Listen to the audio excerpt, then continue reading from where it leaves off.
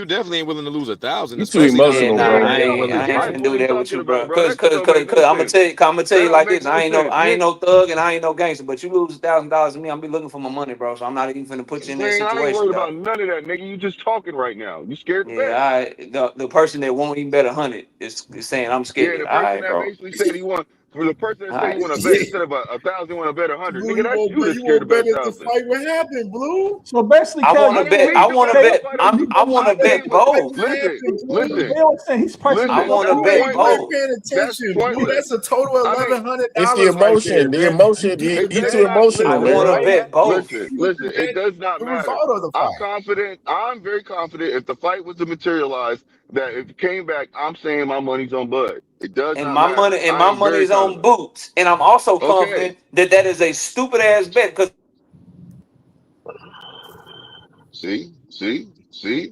See what happens when Yeah, when they don't believe him. $100. Hey.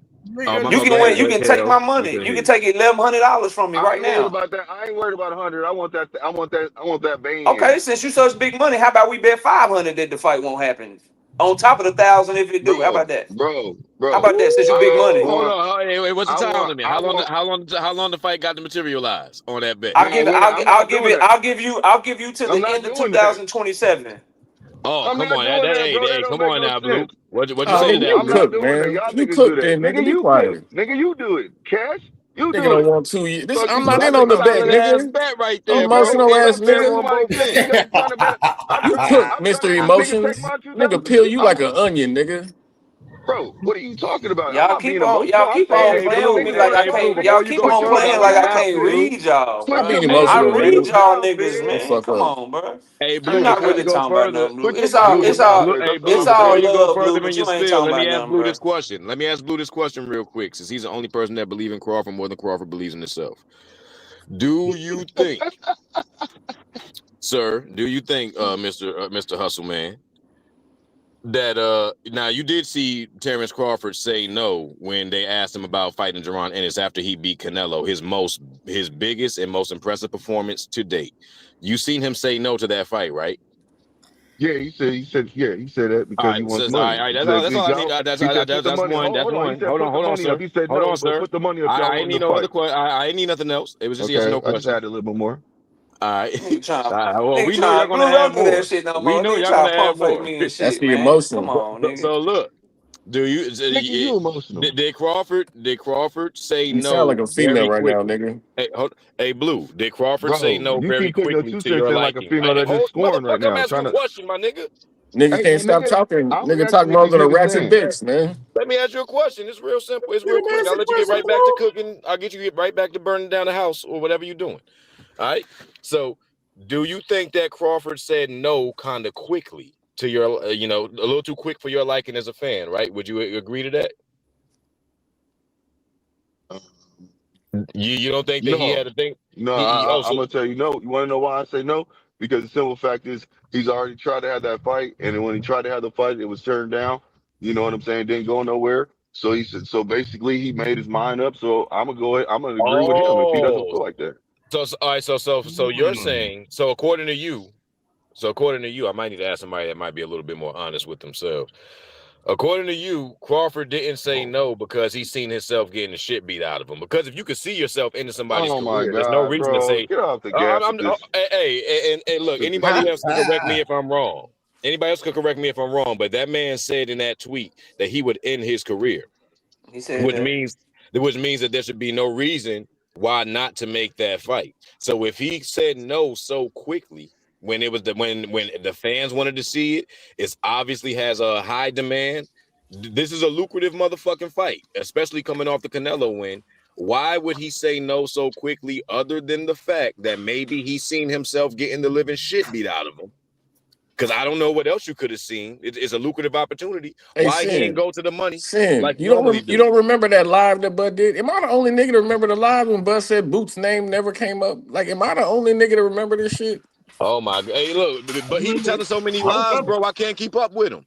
He tells so many These motherfucking niggas got lies, bro. I selective can't keep memories, up. man. And it's controlled by emotion, love for a fucking boxer, man. Like we get nowhere talking to these niggas, man. Let's get to some fights, man. Yeah, right. Hating, Yeah, I want the to. Yeah, hate. let's talk about niggas that Niggas on really The want that to hating, the fight. hate, niggas the on that hate, the feminine hate. shit, man. Y'all niggas, Y'all like nigga, this y'all Boots. nigga. Shut the fuck up. Your Man, boy going man, after you shut up, Muratala, nigga. man. Blue, what's going on, man? So emotional, nigga. Always saying something. Yeah, you sound soft, nigga. Cut it out. Nigga, you sound like a It be too female, much nigga. Always disrespect, crying man. for one of Y'all, your boxers, Nigga, nigga. all the name calling, crying. not Always needed, crying y'all. over a Man, boxer, nigga. this nigga cares, man. He act You like I always hate y'all crying niggas. over a boxer, nigga. Man up, nigga. Nigga, you man up, nigga, and be the fuck quiet, nigga. What Man. I'm wrong about Ray Davis? What that Bud was scared of Here Boots? go That Ray Bud right ain't here. see What him. Hey, what That none of Bud y'all ain't see butter him cups getting the talking shit about, beat out of nigga. him, so he ain't fight him Yeah. like. Listen, man. First of all, let's I keep it. seen it, and I know he's seen it. Look how quick No, that man listen. said Let's no, keep it just like real, right? my fault, Cam. No, I ain't you mean to talk good. You over you, good. bro. Listen, let's keep it real, right? Boots and Bud had a conversation on Gilly Channel. It was clear that they talked.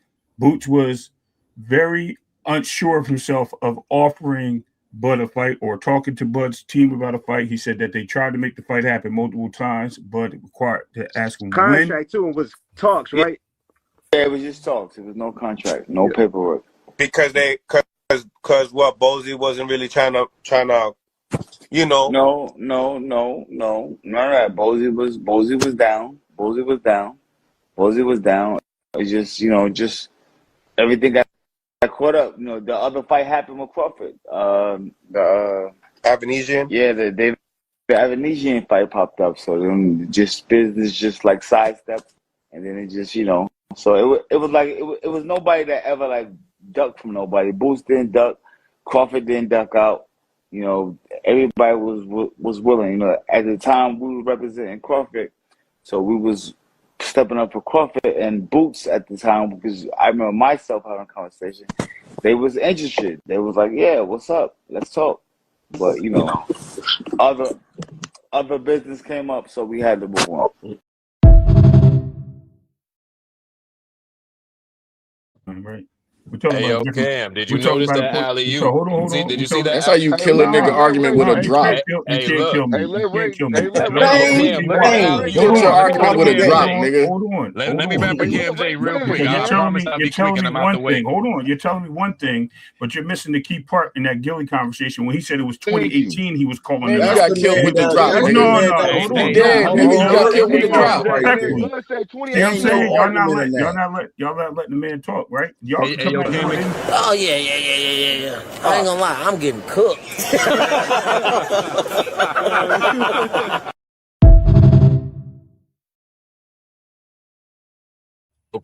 Hey, Ray, Damn, they talking it's about all being good. emotional, but they being How y'all emotional when you niggas let don't them know Nah. when talk, you bro. cook, man? I don't understand Hey, this yo, shit. I nah. Hey, seem yo, like y'all hey, yo, cook. Y'all Cam won't and let nobody Cash. talk. So it's look like Yeah, y'all cook. Look whose like y'all don't Whose want interview? nobody interview to was talk that? because y'all too busy Zab living in your Judah just own killed your bullshit. whole argument, He nigga. ain't Now killed cut it nothing. Yeah, We out, that's what talking I'm bro. about a talking different about. time Just frame. killed that Cash, what are whole you argument, talking right? about? There's Hey, multiple who was Killed times. the interviewing whole There's Zab? argument, multiple man. times you heard Boot say it himself. Multiple times. Yeah, Cut he it said out. it Yeah. Who himself. was interviewing Zab on 2018. that? Whose He said content was that? 2018. They were face to face. I don't care what Zab said. They We were go talking quarter face to Yeah, face, receipt, man. right? You On come the exactly. back phone. to me on that. Right? Hey, If that was the nah. case, But if who he was really wanted interviewing that fight, Zab? I'm if at. he Does really anybody know? okay, then tell me You this. know If more he than the really owner wanted of that BOK fight, Prime, when they nigga. was in LA, when they was in LA at the Madrimore fight, and Boots walked and Bud walked right past Boots, and Bud looked at him. Why didn't Niggas Boots be ask for the cooking, fight still then? be trying to Why defend didn't shit. Boots ask for the Shit be fight then? nasty work. If he wanted that fight that bad, why didn't he get impressing then? Because he didn't Earl want Because to pressed fight. now him. the narrative Earl Didn't he is pressed have him. a now the fight narrative is that Boots already? don't want the fight. No. Now the Okay, narrative is I'm Boots just don't want the saying. I'm fight. just saying. If that's the Hilarious. case, and it's crazy because I ain't come up here to disrespect Boots. I was talking about a timeline. But if y'all want that to be the case, I mean, I can, but I'm I not mean, that type Zab Zab of just just guy. killed posted your the timeline. timeline, nigga. But You ain't killed hold nothing. on. But Ray, remember he said, Zab just told us the timeline. I don't know. I don't remember when understand how Boosie said, 2018 got anything to do with 2023. That's my point. Y'all don't be Boots said noticing the snaky. Hey, 2018 he yo, was my thing calling is out that y'all Bud. don't be yeah. noticing. So My so fault, show Ray. me I ain't show mean to me talk where over you, brother. show me where But 2018 anything that y'all got here about Boots calling out Bud. nah, Yeah. hey, bro. Y'all don't be noticing the snaky shit that niggas be doing in these interviews. I want y'all to notice. Hold on, brother. I want y'all to notice the. But that's the case. Cam J. If the next time you play that video, I want you to notice the snaky propaganda shit that these motherfuckers do every time they bring up Crawford's name. Because you see, as soon as he asked about why the fight didn't materialize, he said, "So what happened? Bozy didn't." Like he tried to go into a spill and throw Zab Judah an alley-oop to paint a narrative that Boots didn't want the fight. And Zab had to stop him like, no, that wasn't the case. So on and so forth was going on. But I'm telling you, that's that little snake alley-oop shit that these niggas be doing to try to push their little narratives. I'm saying, because he immediately went into what? Did Bozy try to make the fight difficult, or he was about to push that narrative immediately? Yeah, Zab a real nigga. He killed all that shit. No, Zab ain't no real nigga because we know what he did to Ryan. Zab a fuck boy too. He bitch ass Zeb in Godfather. Sin, I'm gonna give you this, Sin. I'm gonna give you this, right? He didn't let them get that off, though. The A side was Bud, correct? So he should have sent the contract. But apparently, you got Boots out here screaming in the time frame that he was trying to make the fight. So obviously, there was some miscommunication between somebody not reaching out to Bud's side for these fights. That was my argument.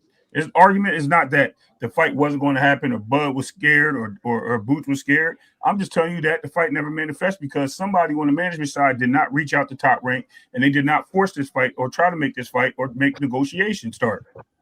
All right, so I can respect that for that timeline. So my issue is that why did the punk ass nigga retire just to talk shit about him right now when you know that you ain't? I'm saying like that's the issue, dog. Why you take your ball off the court? Why would you take your ball off the court and still talk about active basketball players? Why are you taking your gun, bro? Hold on. Why are you taking your gun off the fucking firing range? Why are you taking your gun off the firing range and it's still active shooters out this motherfucker? And talking about you better than everybody else and niggas is still shooting shots. Nah, Sin, hold up, somewhere Sin. with that pussy shit, cuz. Sin, there's no getting past Bud getting on that live camera saying, I'm my own boss. Boots' name never came up. There's no getting past that, man. That shit is dead. Nah, you right, Ken. Y'all niggas is dead right there, right then and there, man. Straight up, man. Yeah, look, I'm always saying, I say it in the heart of Nebraska in the middle of the snowstorm. That nigga pussy, bro. And I'll go, man, look. I'm sick of talking about this punk motherfucker. Hey, CamJ, let the other lip master rest in peace. I'm running up in this dispensary, get my mind right. I'll be listening in the chat, man. Hey, I appreciate my time with all y'all niggas, bro. All right, bro. Wait, so Boots been trying to fight Bud since 2018? That's what he said. No, that's what he said, man. Boots was calling Arrow and Bud out all that time, man. Okay. Now he might have been. Okay, so hold on, he's calling him Y'all got selective ass memories and shit. You saying something else? Y'all both on two nasty different work. times. So hold on. In 2018, Boots was calling out Bud. He's calling everybody out. You say he called everybody out, including Bud. All right. But that's just again. But he said he tried to make the fight with Bud. In 2018, he did say that. In and then that's when Bud said 2018 of what? And he said, "What you mean?" Man. Hey Ray, when Bud and the WBO reached all the way past rank number 10 to pull up Avenesian instead of just fighting Boots, that right there should let you know that nigga didn't want that smoke, bro. Like, I ain't got. Listen, it was obvious to me. I don't know how y'all miss it. Listen, man, I don't know what's going on. I would have to go back and check the timeline, see if Boots was on any cards, and that's the reason why. Why can't we just go off of facts instead of feelings? It's not about. There ain't no feelings here, bro. Listen, first of all, I'm a Spence fan, so I'm not even gonna go in there and say that I'm defending Bud for any purposes or Boots. What I'm doing is I'm speaking what facts and what timelines that I remember. I don't recall if Boots had a fight during that time. I had to go back and look because I think Boots fought in November of that year. He didn't have a fight at that time, bro. He was ranked number 1. Avenesian was ranked number 12. Avenesian was ranked number 12. Costio Clayton that year, if I'm not mistaken, in November or October. So that could be the reason why. Now that's not saying that Boots hasn't had fast turnarounds during that time period in his career because he was building his resume up.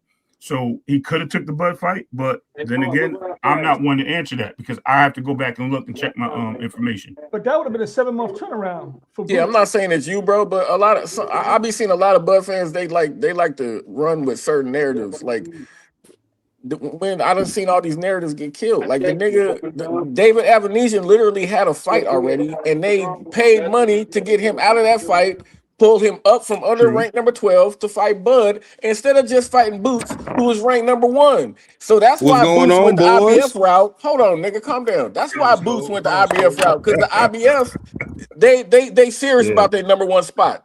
He's gonna get the shot. But did he pull out the rankings at that time? Was he in IBF? That was the same. After he fought Avenesian, that's when, right after then is when Boots said, man, fuck all this. Let me go to IBF route. But I mean, you can't really just pull yourself out the ranking. There's something else happened. I think you got an interim or something else happened. Yeah, you go for the interim. You go for the IBF. He just had that IBF title eliminator. Right, and that made more Clayton. Right, in my mind, that made more sense because one, Spence had 3 belts. 3 is usually better than 1, and they had the whole Showtime relationship before Showtime went belly up. Right. But if I was Bud, I'd have fought David Avenesian too because I'm not messing up my Spence money. And I'm pretty sure. I also remember this. I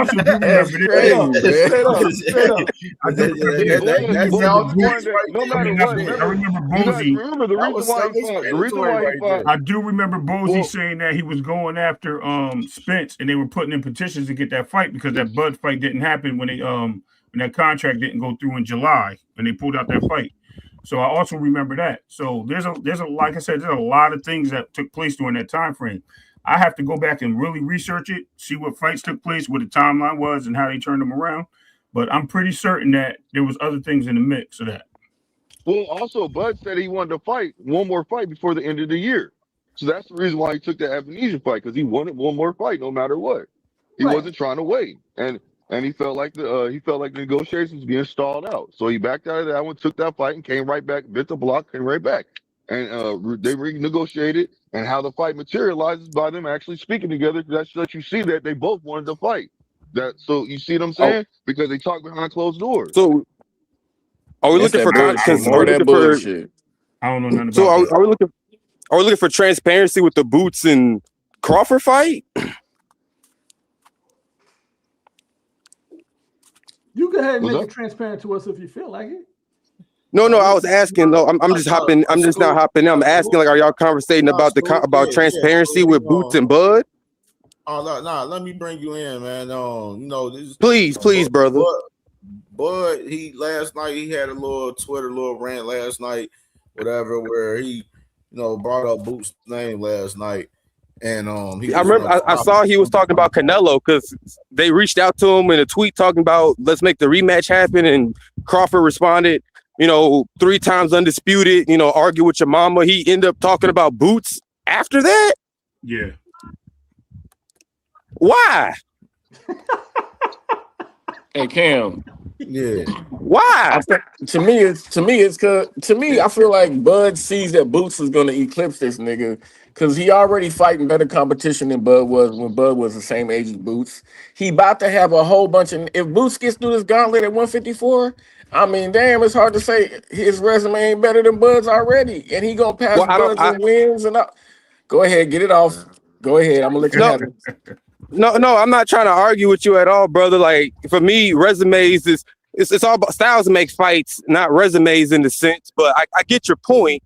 It's all about comparing, contrasting with the last generation and new generation. I understand how for some people Bud left more to be desired at his peak due to the lack of unifications and big name fights that didn't come his way at 140 and 147 until the end. I get that, but if Bud was really worried about it, he'd have just fought him. That's just my opinion. So like there shouldn't be a whole like what are you mentioning Boots' name for when you didn't want to fight him when he was active, and now you're not active. So what's the point even mentioning them now? I was just trying to explain especially since you are big King Kong about I have nothing left to prove. I've done everything you could possibly do in boxing all the way through. I've been undisputed. I've been the number 1 guy in multiple divisions. I've been the number 1 fighter in the world. So what more do I have to prove? Okay, if that's your mindset, stop mentioning active fighters. Let me ask you, that's a great point. Let me ask y'all questions right here. What's going on? What y'all think about this with Robert Garcia and Raymond? remember, Tyler, they talking about that they are accepting the 730 offer from Shakur to fight for this IBF title, man. What y'all think about this? So why isn't it 35%? I'm not with the 70-30 because Shakur, for real, if Shakur confuses me because how are you supposed to be? He talks himself up like he's the best pure boxer in all of the sport. Okay, cool. You can have that argument. There's not a lot of guys that can fault you on that. But how can you say you're that big and bad when you need catch weights and rehydration clauses to be moving up? I'm like, I don't think you need a catch weight for 147. I'm not in this bias, so I don't know. But from the eye test, he looked more than capable of being comfortable at 147 versus 135 or 140, where he has to cut more weight. You know what I'm saying? So I'm just like, if you are as great as you say you are, then why not fight guys your size? Because he says 135 is his natural weight, but I'm like, how's that your natural weight when you got to cut weight to make it? I can answer that. You want me to answer that? Please. Simple. He likes to hear himself talk. That's all that is. That whole rant about Conor Ben. He just likes to hear himself talk. I mean, and you got to do that when you have to do that when you're someone like Shakur, because let's face it, Shakur's not the most exciting fighter to watch unless you're like into really technical, defensive. You gotta like jazz to like Shakur Stevenson. You gotta really like the jazz of boxing to like Shakur. You got like fencing and jousting. You really like what is that what George Foreman said? George Foreman said the better you are at boxing, the more boring it is. It's not relevant. You gotta say crazy stuff. I mean, I don't see how like Shakur isn't entertaining. It's not like he's Pernell. It's not like he's making guys miss and doing emotes and taunting them and stuff like that or anything. Like he just going in there and box them straight up and down and still thinks like never in the history of boxing has people went to go and see anybody just because they're a great boxer. That's never happened. So I understand him trying to talk it up, but the way he talks everything up just makes him sound I don't want to say stupid, but it makes him sound desperate. Yeah, I don't really got the best opinions on shit. When I hear when I see a guy tweeting shit like, I could fight guys 25, 30 pounds bigger than me. I do it all the time. It's all about skills. And then I hear you call out Conor Ben at 154 and all this. I need a 144 catch weight. You know why? All this shit about hydration clauses. And then he always got his own foot in his fucking mouth. Like, just shut the fuck up and fight somebody, nigga. Quit being selective. Quit moving up to 40 only to fight T.O. Then you don't know if you really want to be at 40. Your bitch ass knew you can get an easy belt, nigga. Like, this is selective moving. It's just Bud Light all over again, man. Shit is weak. It's weak sauce, man. I mean, only difference is Benavidez just showing these niggas how to really move, man. How to really talk and how to really move. Shakur ain't no real threat. A threat ain't getting outpointed in a 12-round fight. That's not a threat. Getting your ass knocked out and beat the fuck up. That's a threat. This nigga just all talk, man. I mean, I watch a lot of interviews. I remember he had an interview with Terrence Crawford, and they was asking about their favorite fights. And Shakur mentioned like beatdowns, like he mentioned Tony versus Barkley as one of his favorite fights, Floyd versus Gotti, Floyd versus Corrales. So, and then Terrence mentioning Gotti Ward, Augustus versus Ward. He's mentioning Cotto versus Margarito, like actual wars. So Shakur's mindset, a war isn't even an exciting fight. A one-sided beatdown is more exciting than a war. Yeah. So the way Shakur even views boxing, we're never going to see him in a fight where he is in danger if it's up to him. Because to him, a war is not real boxing. That's not skill. Which of Shakur's fights are y'all going to be watching 20 years from now? None of them. I'm going to answer for you. None of them. That's your legacy. Your legacy is not your legacy, not what belts you can remember. It's what people remember about you, man. Crazy, ain't nobody going to be watching that nigga highlights or his fights or none of that shit, man. Pernell wasn't knocking nobody out. And I love the way Hey, man, go watch Pernell fights. Pernell was knocking niggas the fuck out. I don't know what Pernell fights you watched, but you need to go watch him again. He was knocking niggas the fuck out. Was he? He knocked out Disciple Hurtado. Yeah, and I don't know what Pernell fights you watch, bro. I done seen him knock people out with knock people off across the whole ring and damn near through the ropes. Like, what fights were you watching, or did you not catch? No, I'm telling you right now. Like the fight where he did knock somebody out the rope. That was Disciple Hurtado. He knocked him out the ropes. He won a world championship off multiple people out with one punch. Yeah, off a slip and a bam. Down at 140. I don't know what you're talking about, man. I don't know what you're talking about. But yeah, Pernell was like that, nigga. Shakur is not like that. Business. He did. At the smaller weights, he definitely did. Once he moved up, started moving he up. was murdering niggas, man. Oh, what the hell y'all was watching, man? Cooking shit, for real. But yeah, man. Listen, I understand your right? Listen, I understand a lot of things you said. I'll be honest with you. I respect it, but at the end of the day, I don't know what why I keep even mentioning this guy until he actually has a fight lined up. Ain't even no point in me even talking about him. There's no disrespect, and I know I make light fun of him at times and stuff like that. But in all seriousness, any of these guys, if they have fights, you know what I mean, or a conversation comes up, it's really nothing to really talk about. You know, we hear like the Robert Garcia thing. That was interesting because they're saying they did everything too. Like, yo, we waiting for you. Like, what's going on? So, I mean, it just.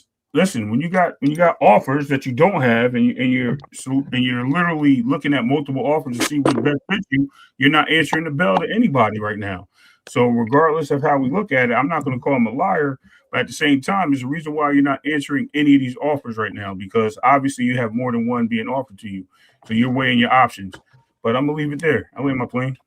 But who has more? Who has a bunch of options? Shakur, right? Obviously, Shakur got a few options. Did you miss the interview where Eddie was shitting on that nigga too? He said he's not paying these niggas what they think they worth no more, man. These niggas, he in the same boat as Devin, in my opinion. Boxing is different, man. These promoters aren't making money anymore. That's the problem. They're not making money because, one, I do blame Turkey for it a little bit, but at the same time, people wanted the big fights, so.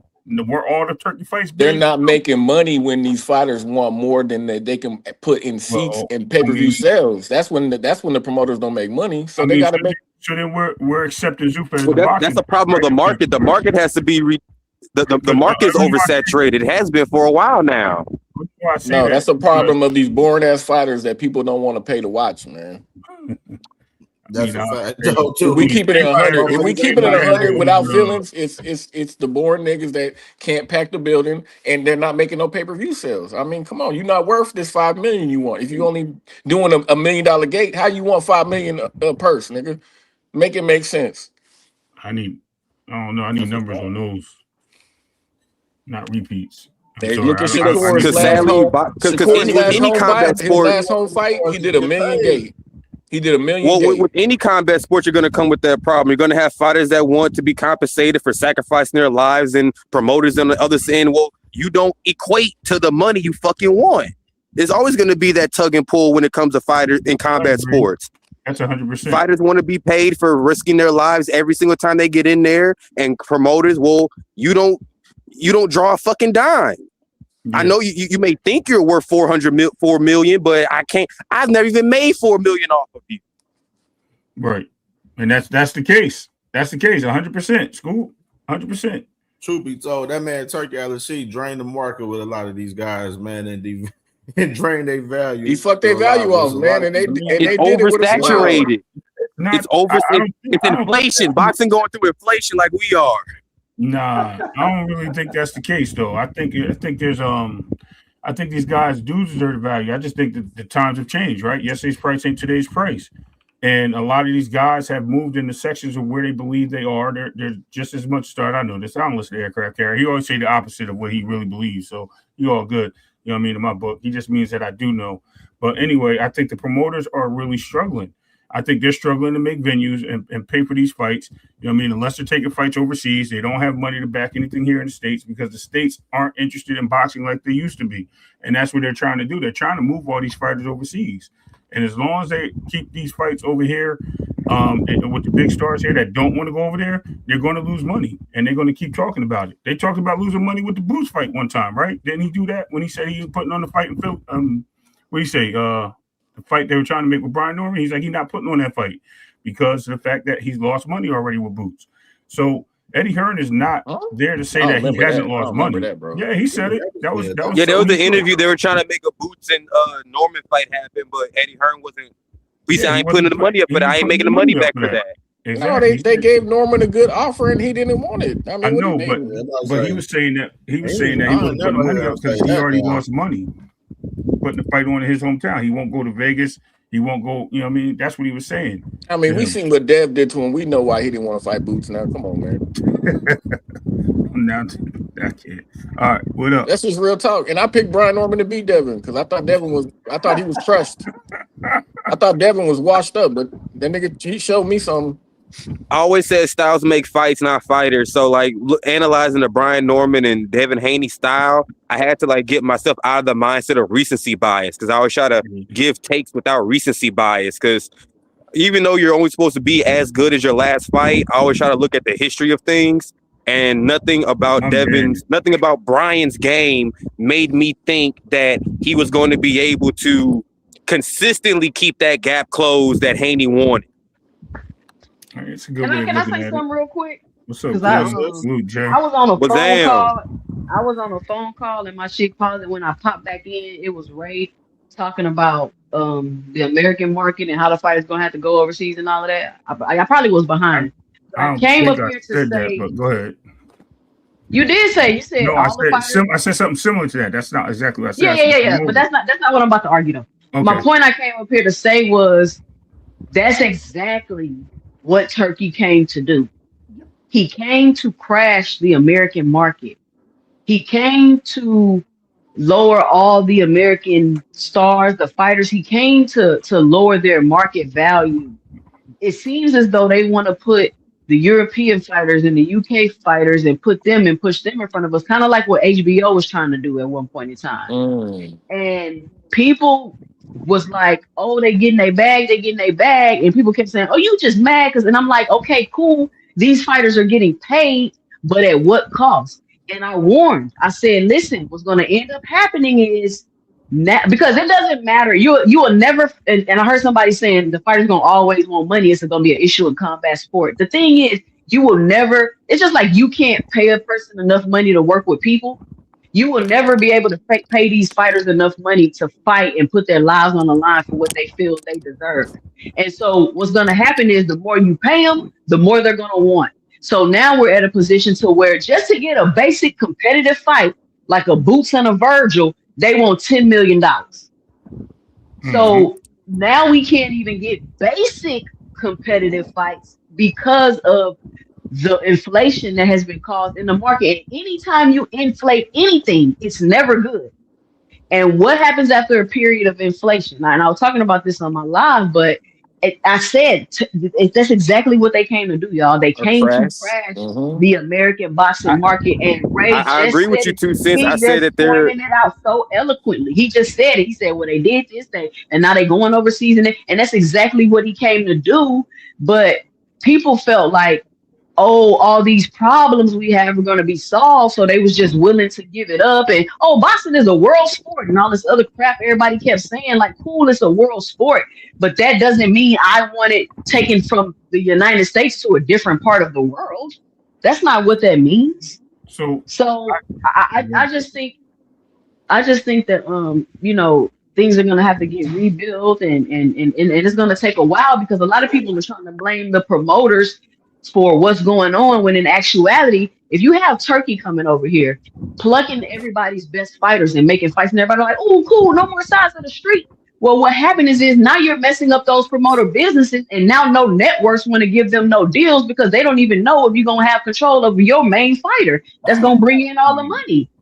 So when Turkey came over here and did that, he affected them being able to get the network deals because the networks don't know what the fuck is going on. And in the midst of all that, they getting their Paramount deal and all this other stuff. They fucking up the ESPN contract. There was a lot of stuff going on that a lot of people aren't aware of. But the whole point is, Turkey completed his goal. He came to the United States. He crashed the market. We're probably rarely going to get quote unquote competitive fights and fights we want to see, even less than we got before because of what just happened. So I hope people are happy. I hope y'all are happy. This is what y'all wanted.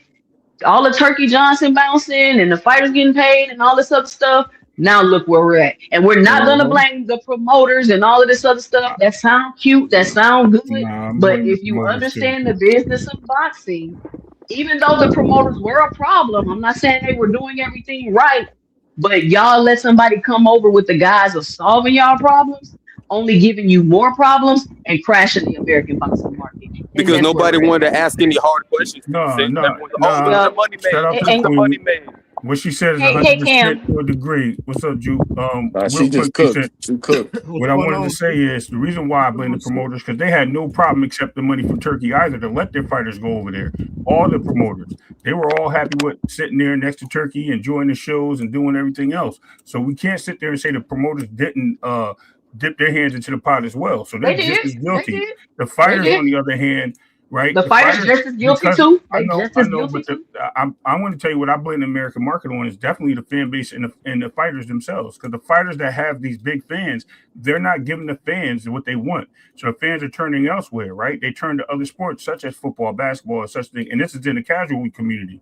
So now when you start bringing fights back, you got a guy like Jake Paul out here getting their attention and getting the money here in the United States where the professional boxers are not. So it's not so much of Turkey doing it; it's just the way that the boxing stage has Well, let me moved. say this. Let me say this. I don't.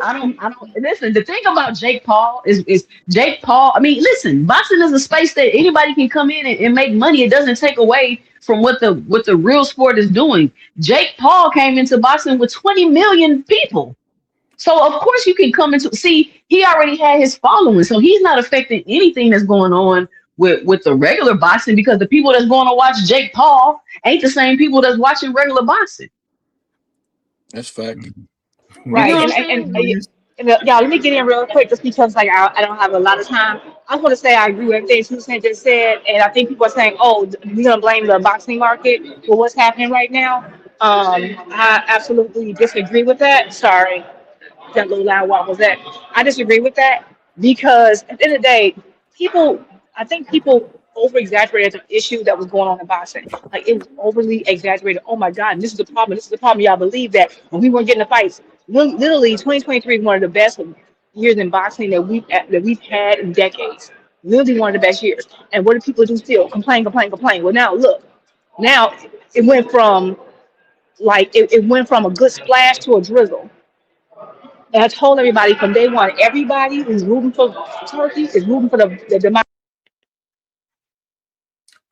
People didn't want to believe it. So now you have this situation, and people keep saying, "Oh, it's a problem that there's so money made in boxing." Yes, it is money made in boxing. Do you remember back in 2020, even going to 2018, you didn't have a whole bunch of discussions about, "Oh, this person is asking for too much, they want too much." We got like the welterweight 154. We got those fights. We got those fights. We didn't hear about, oh, we didn't have when PBC was doing that 154 tournament. We didn't hear about no complaints about no persons. Everybody was paid well. There was no problems. It was no problems. We're getting it now because Turkey intentionally overpaid people so that then they wouldn't. So then they would ask for ginormous money from the market that the market doesn't have. And then when they can't get it, say okay. And then what he basically did was that. So now he basically got them to burn bridges with all the other promoters, burn those bridges.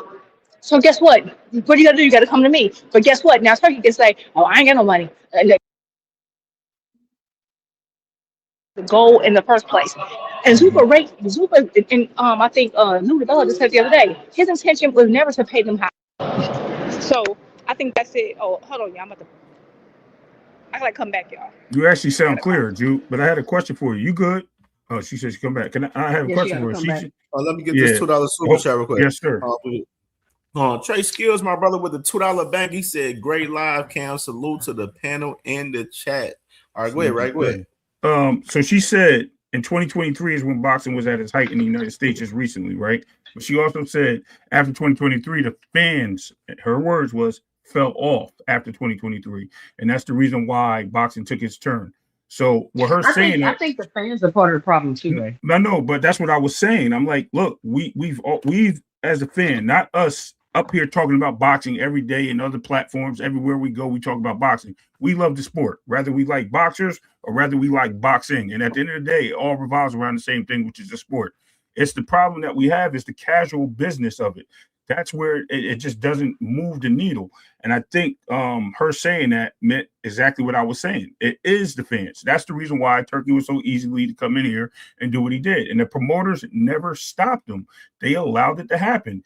Whether they feel that he turned their back on him or whatever, guess where they were sitting the last Ring Magazine fight? They were sitting right next to him, same people that were so close suing him. So therefore, we already know these guys are just greasing their pockets just as much, and they'll rather grease their pockets rather than worry about the big fights happening. They crying now, and this is, and guess what though? We're gonna get even less. We're rarely gonna get a big fight. You feel what I'm saying? That we want to see, and that's another thing. Like the fans are too entitled. The fans are too entitled. I get it might be, I get it might be fights you want to see, but if you don't see it, so fucking what? Like enjoy the person. I mean, I get it. We're gonna go back and forth. They should fight this person, but the whole we gonna ruin you and like that shit just ridiculous because this person not fighting. It's too much it's too much gray area in boxing right now, and that's all it is. And as long as there's gray areas, you're gonna have stuff like this happening. 2 cents, no mistakes. Whether it's Zuffa, Jake Paul, like we just mentioned, or PBC and Amazon deal, or DAZN signing Top Rank, whatever this move is, we're always going to have these mistakes because these big gray areas. I'm not afraid to say it. You know what I mean? I stand on what I stand on if I argue a point. But as far as I'm talking the regular situation of boxing, when we bring that to the main forefront, I'm going to always stand for boxing first. And that's as a fan. That has nothing to do with any fighters at the end of the day.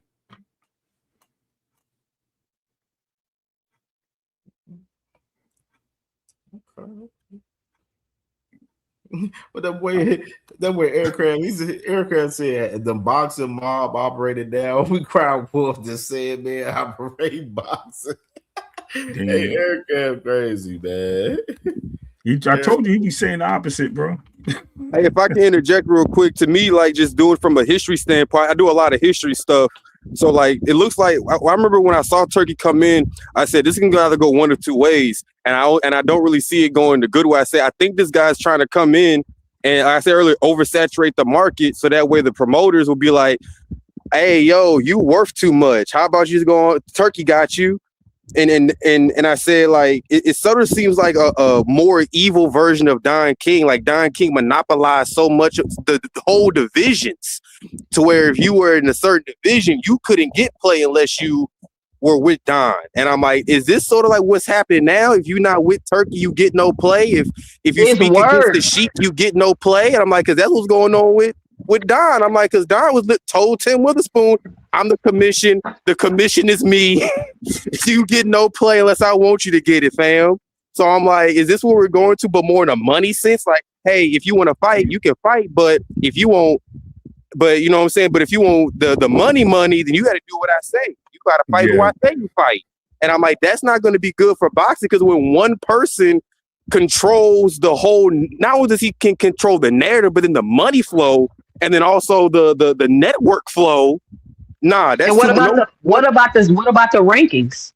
Exactly, because of the Ring Magazine. Oh, you don't want to play ball? Okay, then I won't put you in the ranking system because, like no, we've had lawsuits. IBF was sued over selling rankings. The WBC was sued over preferential treatment. It will be no more the World Championship. They still Championship. do it though, Scoop. It ain't just just the Ring Magazine. I was just going to say that to you. I was going to say it's like a three-headed monster, right? You got the sanctioned bodies on one foot. They working with the promoters. You got the promoters working with Turkey, and then you got the fighters at the bottom of the dragon heads, right? Sitting there trying to pause on that, trying to get we grown men. You ain't got to pause nothing.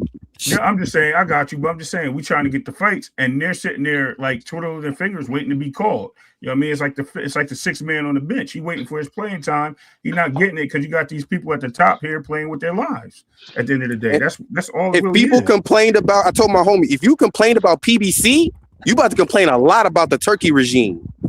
Mm-hmm. I said, if you, I know. No organization is perfect, and PBC had its issues, you know what I'm saying? But at the same time, at least when it delivered the fights. You know what I'm saying? And the fighters got paid. and they got paid. Whether it affected the market, that's neither here nor there because the Cold War is in effect. So the market didn't matter because the Cold War was happening. Because whatever you got paid on that side, you weren't getting paid on that side. We figured that out with the whole crossing the street bullshit. But at the same time, I'm like, if I at 30, 31 can see this shit, I know these older heads are way more pissed off viewing the sport because I know they can see it. Yep. And what we get left with? We get left with? We got left with some of these. Quadera with the $5 super chat with this $5 banger. He said, "Not gonna lie, this YouTube boxing talk is more entertaining than the actual sport itself. Also, as a casual, the sport of boxing is hard to understand." Right there. Salute to my boy Quadera with the $5 banger in the super chat. Hey, that's a good point. He's right. This sport is hard to understand. So, hey, those are the 2 cents boxing. That's what the casuals come to learn. Hey, y'all, I was trying to hop on the other night, 2 cents, when I saw you live. But no, I even me when I first got into boxing, I'm like, okay, so how does it work? How do you work your way from 0 to a top 15 title shot? And I'm like trying to figure it out. And do you know where I had to go? I had to go to Europe and China and Japan or Asia because in Australia, because their system to go from 0 to top 15 is way more easier to follow than the American system. Now, granted, once you get to the top 15, everything gets befuddled. But at least you know in Europe, whoever wins the European Union and the BBSC and the Lonsdale, whoever got those belts, they're going to be fighting for a world title soon. If in Asia, whoever got the OPBOF, they're going to be fighting for a world title soon. Whoever got the Pan-Oceanic title in Australia, they're going to be fighting for a world title soon. So I'm like, in America, it's supposed to be the NABF and all those and the NABO bullshit or whatever. But that doesn't necessarily that doesn't equate to anything in America. Like being the best American fighter does not hold as much weight as being the best European, the best UK, the best Australian, or the best Asian fighter. The best, those guys, they're going to be fighting for world title shots. It's because our country's bigger and we got more fighters. But and boxing is way more profitable here than it is anywhere else. Well, that's true. But I was just about to say that 2 cents. I was going to ask Scoop that question. So if we eliminate all the promoters and all this stuff at the top of the road, can we just blame the fighters at this point for just begging for too much money and just not accepting the fights just to make the fights happen for the entertainment value of the fan base? Or do we? I'm saying I know. Or do we sit there and we say, hey, get as much money as you can before you retire in the game and just fight everybody? I think you should be able to have a mixture of both, right? You should. I remember when Joel Casamayor fought Diego Corrales, the commentator said they're taking significantly less money than they should because in boxing, you got to take the fights that's given to you. So I'm like, even if they're aware that these 2 former world champions are making significantly less money than they should to fight each other, but they're fighting each other because this is a crowded 130 and they need to separate themselves. You know what I'm saying? So you see that happen so I'm like, it's always been there that fighters should get more. You know what I'm saying? I don't think there's actually an amount you can put on what a fighter costs to give. It is though. Why do people say that? It is an amount, guys. The fighters, listen, at the end of the day, I get the humanitarian part. They putting their lives on the line. Listen, they decided to put their life. My husband is ex-military. The jobs he get, he's putting his fucking life on the line. He don't get to go to work and ask for unlimited money because he put his life on the line. Because why? He decided to do that. So I get it. You're putting your life on the line, but you decided to do that. And at the end of the day, you're a product. So when I punch these numbers in and we figure out what we need to do to make a profit, nigga, this is how much you're worth. Like, what are we talking about? It's not how much you worth, but how much you get paid. I think that's 2 different things, right? Because you're the one controlling the numbers. I understand your point. Like, you control all the numbers. Jump in right now. My worth isn't based on your calculation. Shut your ass up. That's how much you get paid. That's it. You know? No, Cam, let me say this real quick. Shut up, Hacker. Shut up. I want to get this point out because Y'all made me think of this while y'all were talking. Something else Turkey created was these weird ass niggas like Shakur, who used to be legacy, but now he want to somehow get people to think that the ring belt means legacy. He want to go down and fight a nigga for the ring belt. Since the ring belt, Right. now the ring But belt is Turkey didn't legacy. create You that. know what I mean? All this old weird shit, man. Turkey he done pissed in the pool a lot, man. He didn't create Cass, that that's though. what I was saying earlier, though. The ring Shut up, belt Packer. was No in one here. talking to your My bitch thing ass. is, what grants? Why does Muratalla and Shakur have to be for the ring belt at 135?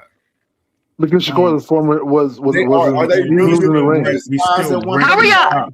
How are Shakur y'all didn't lose telling in me the the ring. ring belt is? How are y'all telling me the ring is more credible than the sanctioning bodies? Like they're actually worse. That's They cap. literally, No. they literally don't have champions in divisions ranked. Like, what are we Yeah, talking about? The yeah. reason I why is mean, because there's been Shakur didn't lose his belt in the ring. That's why they can do that, right? How was Shakur ranked at 135 and 140 boxing hacker? Huh? How was Shakur ranked number one at 135 when he's a champion at 140? Right, but he He's didn't not lose number his belt at one at 135. 135. He campaigned at Packer, you just 135. yapping. Shut up, nigga. He not He number campaigned No, at because we looked up 135. the rankings. Cash Crypto, he's ranked in 135 and 140. He's ranked in both divisions. You have fighters ranked in both divisions You before. he can be ranked in 147, multiple 154. divisions. Yeah, that's not a problem. You can be ranked in multiple divisions? Yes, you can. Yeah, of course. Of course. Real quick, Dr. Hacker, to add on to you, because I'm about to head out and pick up my son from baseball practice. So, yeah. Real quick, you That's asked how Ray skipping line. He always act like he finna get off. No, listen, I'll come back in the car where I'm going. I had no problem with that. I just got to get off the computer. So anyway, I wanted to ask what you said. So you're telling me that it depends on the worth or the value. So to me, that's the same thing. Number one, and two, if the boxers are putting up with their worth, right, for as a fighter, isn't that still like kind of killing the market to a degree, like compared to what 2 Cents just said? Because she's saying what I think is Devin Haney worth $100 million boxing hacker? Depends on the company. Okay. All right. Does he own the company? Conversation dead right there. Here's the difference between worth and value, right? But here's the difference here, Ray. Right? So, like for instance, I gotta get out of here. yeah. So here's the difference, though, right? Nowhere on so God's green earth is that nigga worth $100 million, man. Cut it out. So if a company says we're gonna pay you 30% of the revenue, right? Let's say a company just says we're gonna give you 30% of the receipt for saying that dumb shit. Let me bring Knockout in, man. Knockout, shut up, Hacker. Bro. Why you always bring me in here when this nigga's in the middle of some bullshit, bro? Yeah, hey, he be setting you up, KO. He be setting you up, KO. For real, at least he said it. He said it out Here's the loud. difference, though, right? Two Cents set the question up with the 100 million. She set the alley-oop. Get on my phone. Yeah, but CamJ out here, he making niggas debate on his channel and shit. I peep it. I respect it. Yeah, but here's the difference, though, right? Hitters out. CamJ make you expose yourself. Here's the difference, though, right? If a company tells you they're going to give There's no 30% difference. Devin Haney is not worth $100 million. Nowhere. You gave me a hypothetical, but listen, here's the difference. It's a yes or no. It's a yes or no. It's a yes or no. It's a yes or no. Susan, hold on 1 second. It's a yes or no, though. Just say yes or no. Worth $100 million. Go ahead. I already cook you on this, bro. You were wrong. So here's the difference, right? If a company tells you this nigga don't know when he get cooked, man. That's you're worth 30% of the revenue, right? Let's just say a company's giving 30% of the revenue. That number is a value the company came up with from their own business model, right? So like, you go with this dumbass business model shit. So if another company says you're worth 32%, it's not based on your personal worth. It's both based on what they calculate from their business model. So they're paying you based on their business model. You're not ever getting 100% of the revenue. There's no business model where he's worth $100 million. So that's why I say it's based on the value they give you. It's not based on your actual worth, right? It's not. What's your actual worth? Is your actual worth only 30%? He said, "Shut up, nigga." Stop the presses, come on, bro. You debating about nothing, bro. You debating about He's stretching it. That's a yo stretching, but y'all keep cutting me off. Running right. You might have to rethink that, bro. I'm trying to explain. If people keep cutting me off, it's simple. Because it don't make the sense. value, the percentage is based on the business. It's not based on your your work. work. No, it's not. It is. Bro, are you stupid? Okay, I'll prove it. I always prove the same way. Yes. Just think of a thought experiment. Bottom line is the question was initially, Yeah. because I think this is why what I'm asking you this is the question was, and 2 Cents tapped in on it, was are the boxers are they killing themselves with the fan base because they're asking for too much in the sport, right? Today, knowing that the American market is not there to support them the way it is around the world when they're fighting, as Scooby said, around the world for whatever they're worth. And here they're fighting for their value. So what does that do for our market?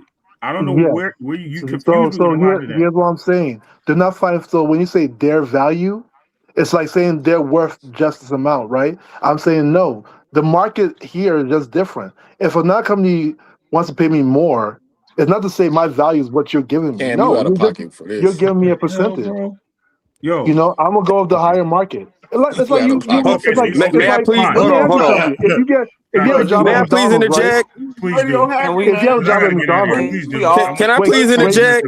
Ray, 1 second. If you had a job at McDonald's, be quiet, man. You are cool. Well, you are David. We all agree. You breaking up, Dale. You in the Matrix, man. Sound like a robot.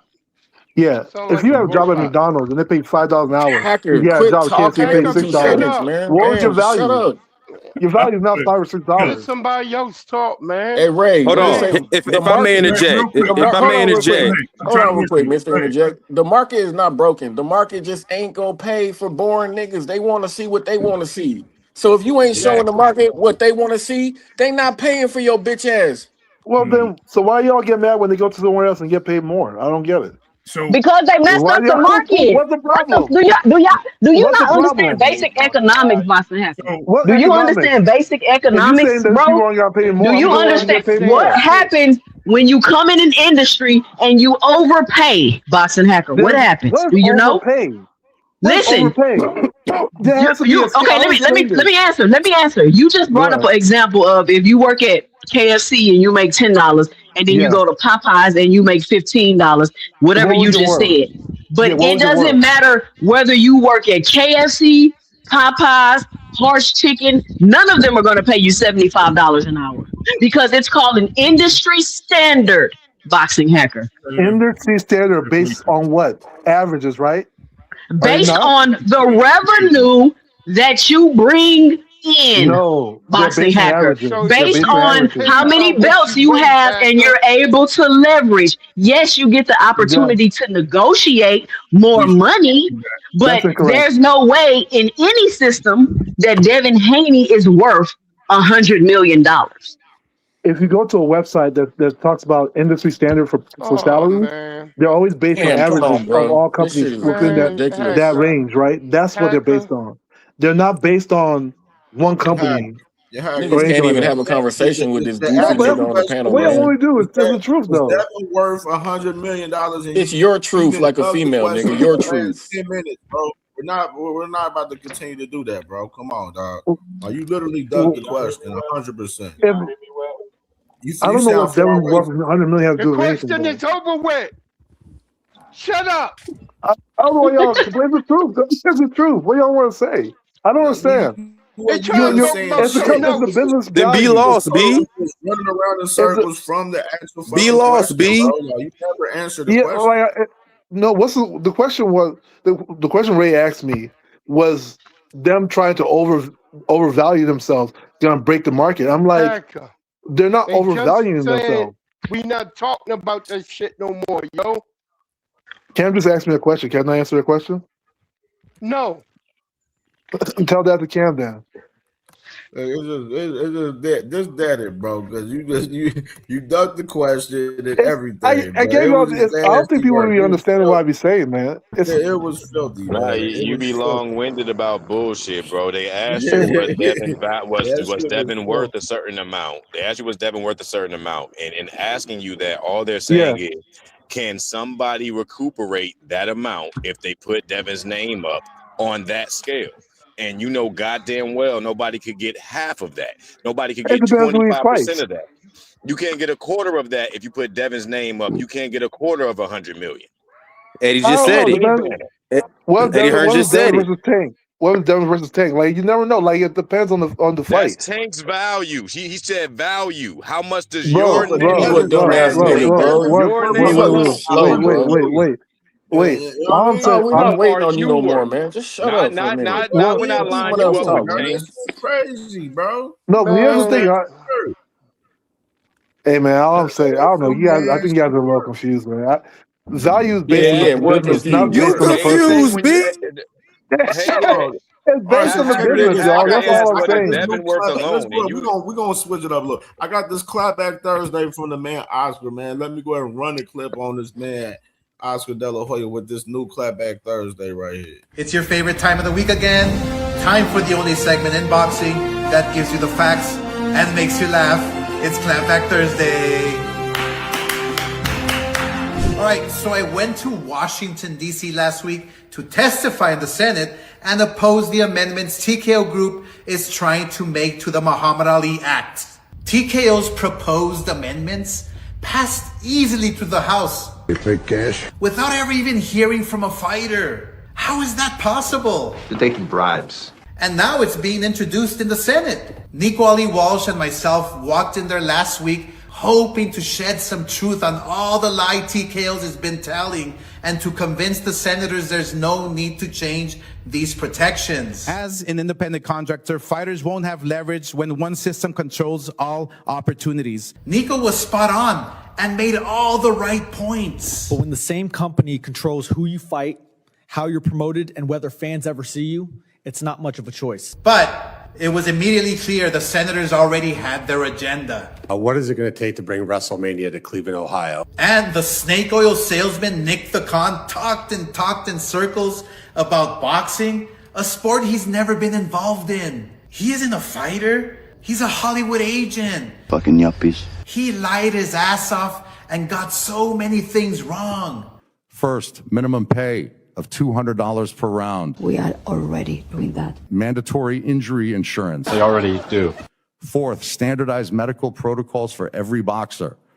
Annual brain MRIs, cardiac testing, brain health testing. They already do, you just don't realize it. Giving boxers a genuine path to free agency. Fucking window dressing. There's no boxing in the history of television on any major media conglomerate.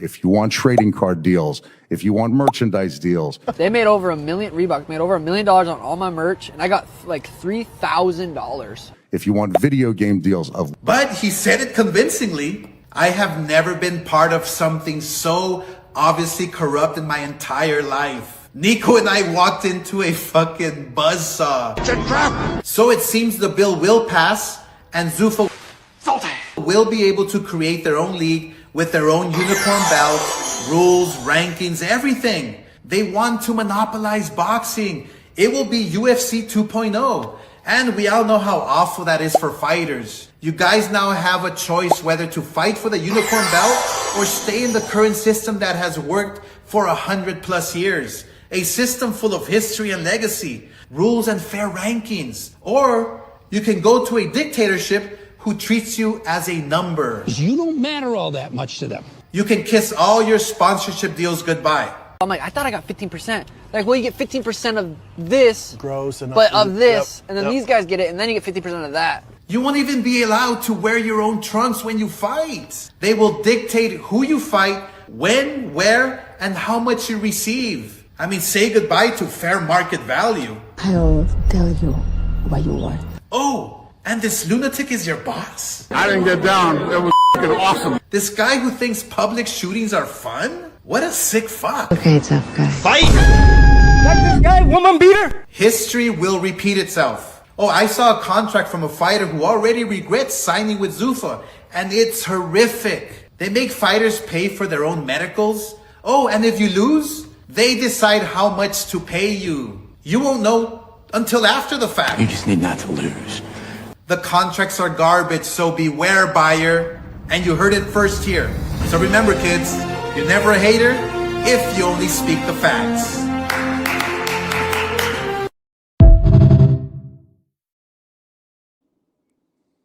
on this subject? May I speak on this subject real That quick? is disgusting. That is May I speak on this? Because I watched the whole thing and I'm very familiar with how UFC practices.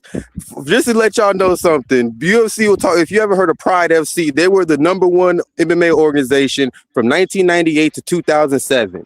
Now, what UFC does like to talk about is UFC fighters left the UFC because the pay was so atrocious. They went to an openly corrupt organization ran by the Yakuza with illegal cash money contracts. But all those cash money contracts were 250 plus. Period. They lost their active world champions to technically what they consider illegal contracts, because I'd rather work for someone who's openly corrupt than work for someone who is literally trying to fuck us over, and would rather not just say, at least they're giving us a cut of the fuck over. And exactly. when the UFC absorbed Pride, they tried to work out a deal with the Yakuza to have another organization over in Japan, but the Yakuza understanding y'all are only about business. We still have to provide an entertainment service for these fans, because tickets in Japan ain't cheap. They never have been.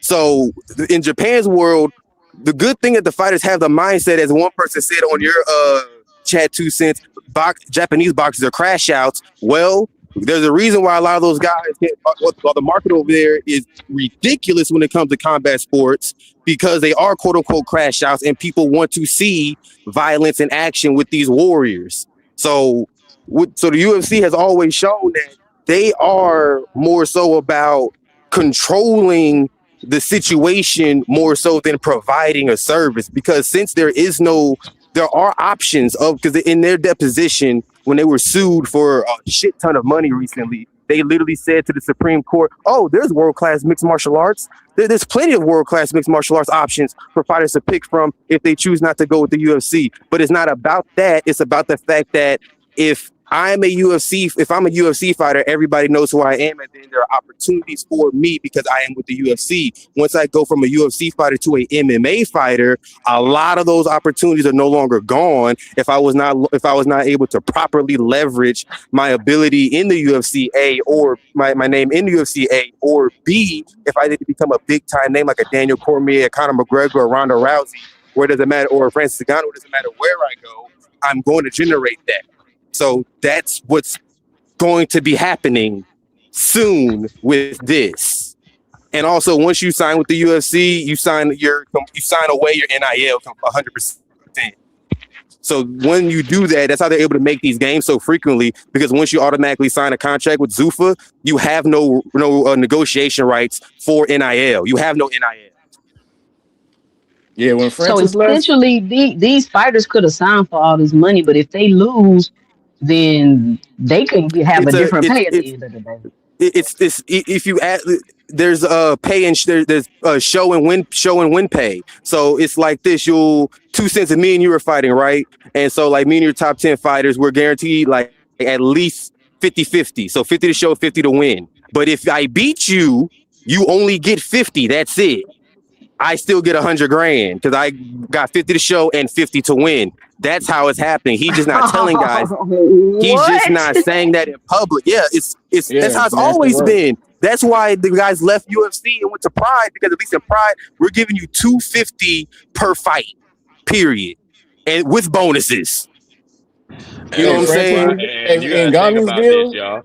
My fault. You gotta think about this. In Pride, you could soccer kick motherfuckers. You could head stomp. You could you could have really died in Pride. Oh, but here's the thing: the testing was less strict, and they were still willing to put all of that on the line because of the type of pay and contracts that the UFC. Hold on, but fun fact: there were no elbows in Pride as well, so there were less cuts, less scar tissue damage, and there was no actual there was no long-term damages done from the soccer kicks or stomps, because from a visual standpoint, if you're a referee, homie, and you see me and 2 cents in the fight and she starts and I'm in a position to get soccer kicked, you only going to let me take 1 or 2 if that full-blown kicks before you get in. No, that's enough. That's enough. But I'm just saying that in general, Definitely. But yeah, the risk, even visually, when you look at Pride fighters and even the fighters who crossed over from Pride to UFC, when you look at their tenure in Pride, they were more. It was much more dangerous. It was visually dangerous. You know what I'm But not saying? only that, but in big bold red print, multiple Pride fighters said in big bold red print, we will not test for. There's no PED drug testing in Japan like that because in their mind, y'all are warriors, right? You're gladiators. Perform. Use the drugs to perform to the best of your ability to give us the best product possible. We don't care what you're on. Japan's more strict about tattoos on fighters than they are about performance enhancing drugs. To be honest, that is a fact.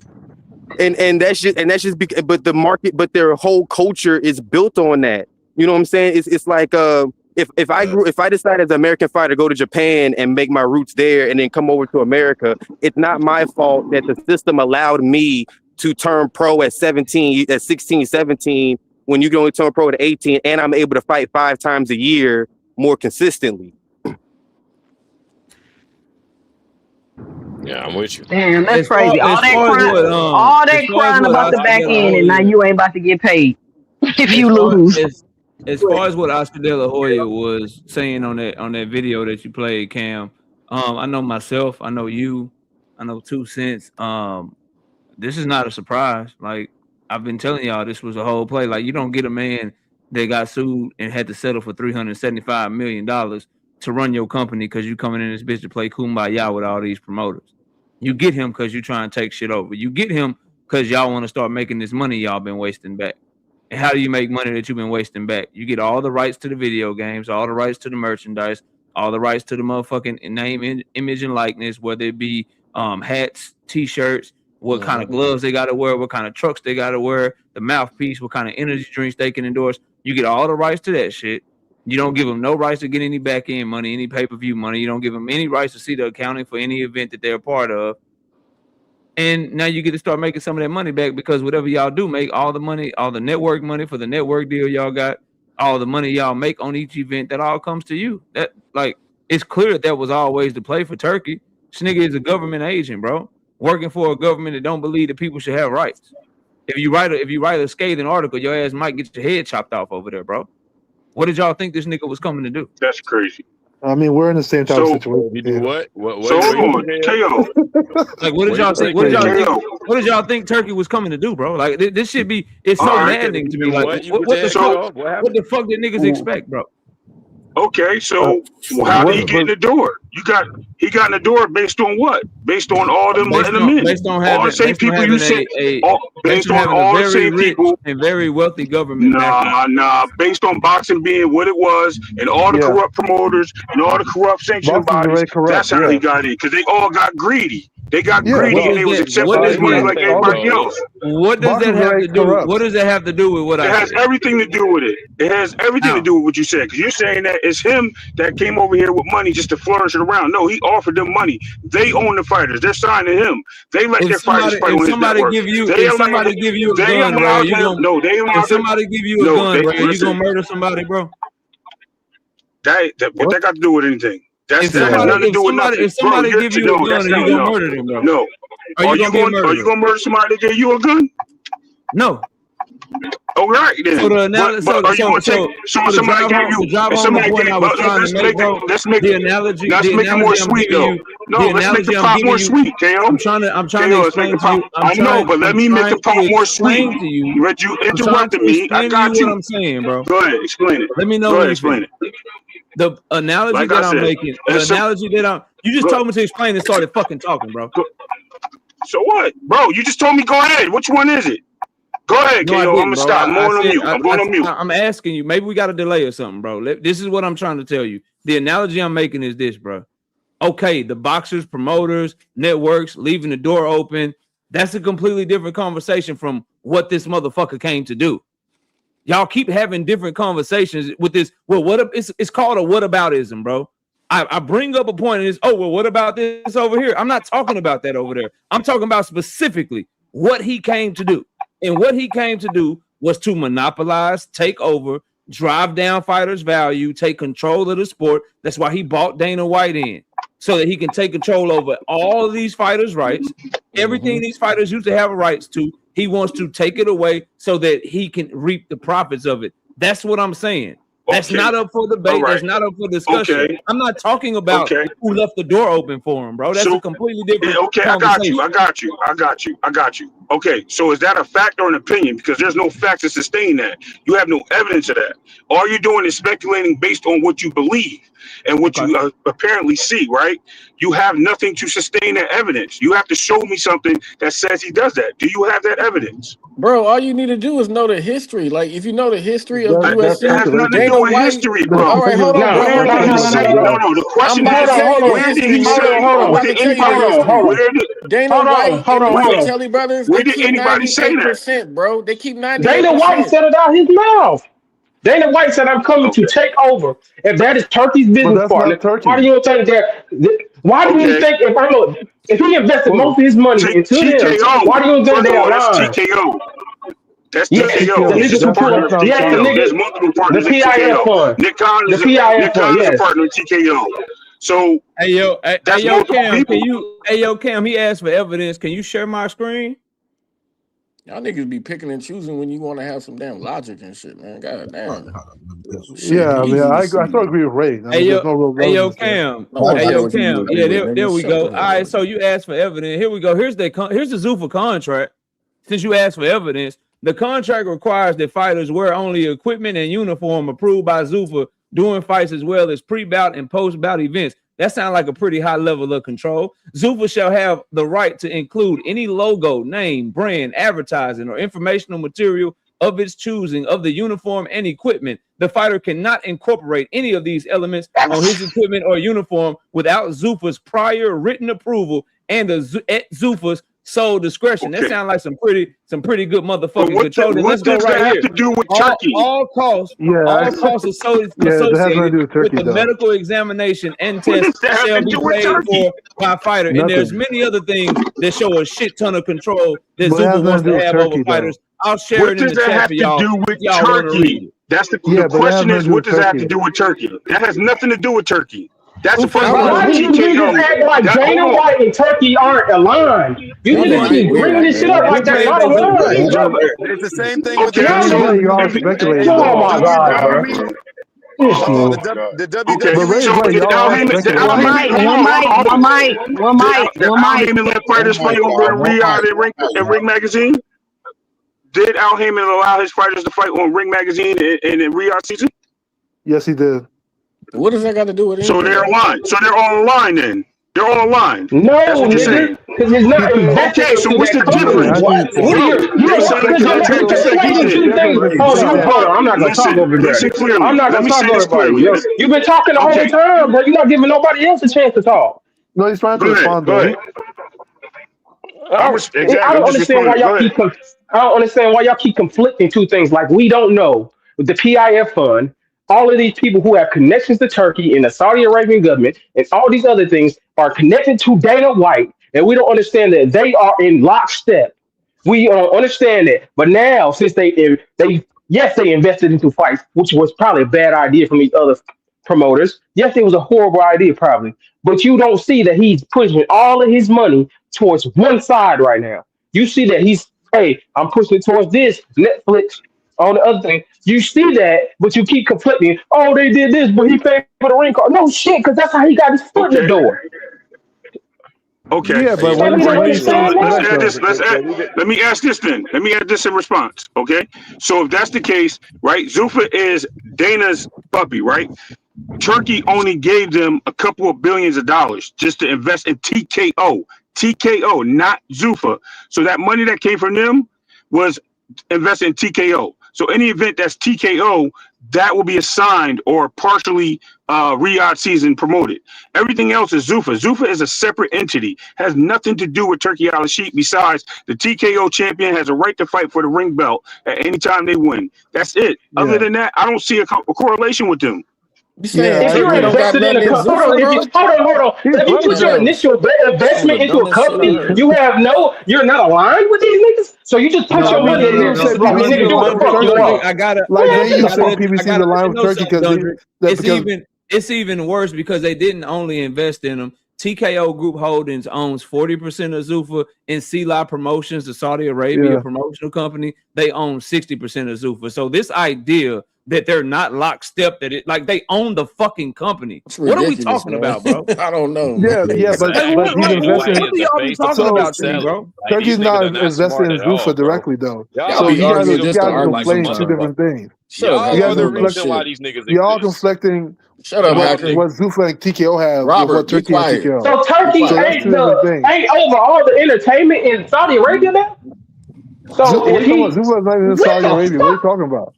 Zuffa what are you is talking about? Bob, not in Saudi Arabia. You What are you Saudi talking about? Arabia, you just listen, bro. Y'all be better Arabia. off saying we know Turkey wants a dictatorship. We know Turkey wants a monopoly.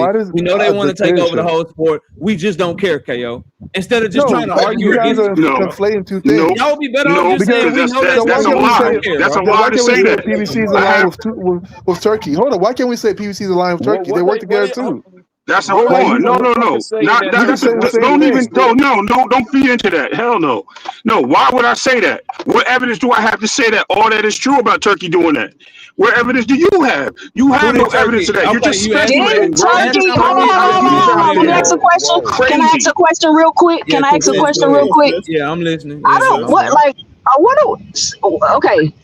Didn't Turkey pick Dana to run the TKO thing? Wasn't that an issue about Turkey picking Dana? Eddie Hearn was feeling some type of way and all that? Yes. TKO was meant for Dana. Dana decided to go his own separate way and create Zuffa. That's a totally different entity. It just happens to be under the. Just happens to be part of TKO. No, he's always had Zuffa. TKO is the parent company of all of that. You feel me? Like baby. So the parent company ain't got nothing to do with the goddamn rest of the. We're going to pretend like we didn't watch Turkey Island Cheek say, "I want to do a boxing league. I want to have a boxing league. I want to make sure we get one belt." And then he went and got Dana White to do just that. But now we're saying Dana White was doing his own thing. TKO moved, bro. Dana moved away from Turkey, bro. Who moves for TKO? Dana moved away from Turkey. Why y'all trying to separate Turkey like he's not part of TKO? I'm not trying to do anything. You done went and researched everything I was researching. Dana moved away from Turkey, bro. I'm just trying to make sure. I'm clear. Dana moved away from Turkey, but Turkey is bragging about how Dana White signed Conor Benn. So, but they moved away from each other. What do they got to do with anything? Come on, man. That's the evidence you got that they cahoots. That's crazy. Yeah, that's like crazy. that don't mean they're tied together. I think we leave a trail of snacks outside your door and then put a butterfly net right over you. If what y'all claiming is true, then you say PBC is part of Turkey, listen, and they indirectly support Zuffa. All right, so what's the reason? That sounds stupid as shit, boy. Okay, you got to compare the situation. I'm just saying, everything I said is true. Everything I asked you, I haven't got a real answer. So where am I wrong at? What did you listen, I asked questions, I haven't got an answer. That's all I gotta say. I haven't got an answer. What answer didn't you get? None of them. All I keep getting is, well, I'm saying that Turkey did this. No, it's not what you're saying. Where is the listen? Zuffa and Turkey are two different things, bro. No, if he has a part of TKO, yes, he has a part of TKO. Does TKO represent UFC? Matter of fact, if I'm not mistaken, Zuffa is under the UFC brand. 60% of Am I not mistaken? No. Zuffa not under UFC? I'm answering your question since I didn't answer directly enough for you the first time. You said they're two separate. You said they're two separate things. Turkey literally has majority ownership of the company. The fuck are you talking about? No, he doesn't, bro. Show me that. Go find a percentage and show me. That is Dana's company. Nick Khan is a second ownership of that, and him, Turkey, TKO, which is Nick Khan, right? The main business. Turkey has invested into that. He does not ownership or anything like that with Turkey or TKO or freaking Zuffa. Cam, Dana is also a partner. Can you just share my Dana is also a partner. So is Vince McMahon, who shared most of his profits. Hold on. You just yapping, nigga. Nah. All right, bring it up. God damn. Now keep talking. Now please keep talking. We want to all hear you. We all want to hear you keep cooking. Keep cooking. No, go ahead. Cook yourself some more, nigga, since you love read it. it. Yeah, man. Go ahead. No, keep Go ahead, talking. read it. I want him to read No, it. read No, it, I don't bro. want I'm to read driving it. right now. I Read it, just read it, want because I you to. can't see it. I I'm want you to driving. Hit keep mute. telling Hit the mute so world. someone can read it to you, nigga. I want you to keep telling the world that Turkey and Zuffa are separate. And I just want this up on the screen while you tell the world that. Go ahead. I'm gonna tell Don't you get again. quiet now. So Go ahead. I'm gonna tell you. No, I ain't quiet. The nigga said he's gonna read it, right?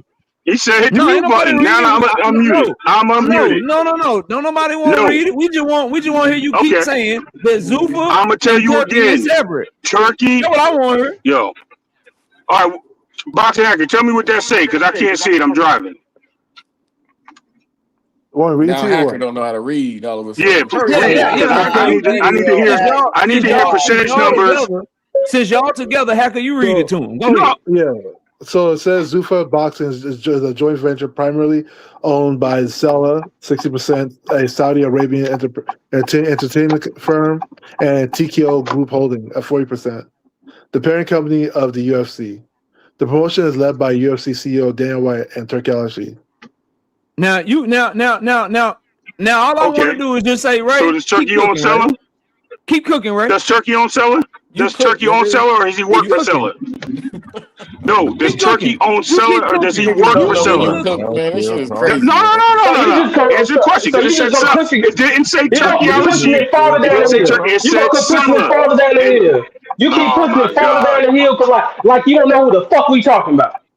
That's okay. Nigga, I know what the hell I'm talking about. Why are you crazy? Cam, can you share that too? Can you share that too, Cam?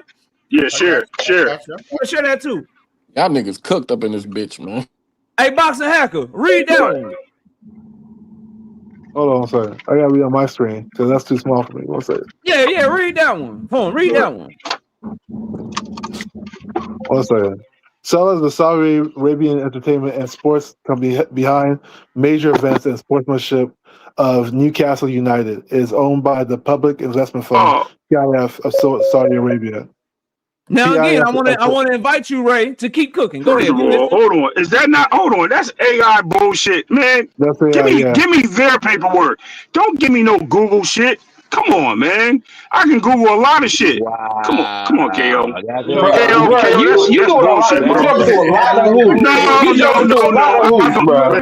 You jumping through a lot of fucking hoops, bro. Cam J, stop calling me up here with these. Stop calling me up here with these niggas, Cam. Cam, you know what you're doing. It's nasty word, bro. It is stop calling me up here with. Show me the evidence, bro. Show me where you see that from them. A lot of people don't understand that Turkey and Sella is a part of Zuffa. I don't know. Turkey, and no. Sella is a different entity. Turkey works for Sella. Understand that. Ring Magazine. Listen very carefully. Hey, Ray. Ring Magazine. Right now you sound like a female talking about her truth, man. You got to cut it out, bro. Yeah, I'm good. I can't hear. I'm in the car, with the bro. Facts, my so nigga. don't mind me. Don't we go with the facts, not your truth. My truth. Hold on. So we gonna act like Turkey doesn't work for the benefit of Sella. So Turkey doesn't work for the benefit of Sella. Okay, what does he works for? Keyword. But what does that have? That's not Turkey's entity. Turkey is Ring Magazine. He owns Ring Magazine. What is his label in the country? What is his label in the country, bro? What's his label in the country? What is it? Sports and entertainment, right? The director of sports entertainment in the PIF entertainment. Okay. Hey, man, you gotta know when you cook, man. You gotta know when to hold them and when to fold them, man. You gotta know when to fold them. But that ain't got nothing to do with anything, bro. Come on, man. All right, whatever. Listen. Come on, Ray. That's still some AI engine, bro. Nah, man, that's still an AI engine, bro. I'm not rocking with that. I want legitimately from TKO. Go to TKO. Because if I'm not mistaken, I'm going to tell you why. Because I'm not mistaken, when they did actually do the Zuffa page, it tells you who the investors were. It told you that Paramount was the main investor of Zuffa Boxing with UFC and partnered with TKO. So I don't understand where all this sell is coming from. If the main owner, and what was the date of that? Because this just recently happened before Zuffa's first fight that Paramount gave them the deal. And So Turkey's let not me the know owner of where I'm Stella, by wrong the at. way. Right now, you windmill. Turkey's not the owner of Stella, by the way, y'all. No, I'm trying to figure out when did that come out, because I'm telling you for a fact. I'm telling you for a fact, Zuffa is owned by the UFC. The host is saying, But hold listen, on, bro. I know I've told you I'm in a car, so it's hard to hear. That's why I hear y'all. I got you. Give me a second, though. Give me a second. All right. Salute to my brother Trey Skills with a $2 banger in the super chat. He said they asked for facts and you showed them it's bullshit. Hey, facts was text. I mean, bro. You know what we do, but to be man? fair, We pull out the Stella's not owned receipts over by here, Turkey, man. You know what though. I'm saying? The receipts is there. But to be fair, Stella's not owned by Turkey, by the way, guys. So technically, That's it's my not correct point, because Dr. Stella's not Hacker. owned by Turkey. He's not the owner. Yeah, he's not the owner. There's no ownership. Recon something. Yes, he did. Yes, y'all did. You said that Turkey owns. He said Turkey owns 60% of Zuffa. Literally what he said. 60%. He didn't say Stella. He said Turkey. Okay, so now we're switching up. Okay, so we're clear. So we're clear. Now you're saying Saudi Arabia owns, not Turkey. Turkey is Saudi Arabia, bro.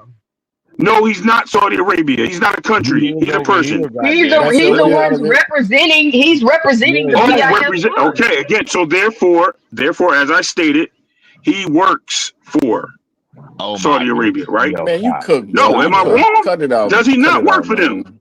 No, okay, Ray. He don't own it, Ray. He don't own it. He works for the people that own it. Okay. Let me ask you a question, Tucson. If you represent your company somewhere and you're doing business, do you own the company you work for because you represent them? No. No, right? Exactly. So he works for them. He's just representing and making deals for them. That has nothing to do with it. Turkey does not own Zuffa Boxing. That's what I've been saying the whole time. So I'm not really cooked on nothing. Y'all keep trying to say Turkey. He's representing them. He may be making. Yeah. I ain't gonna lie, I'm getting cooked.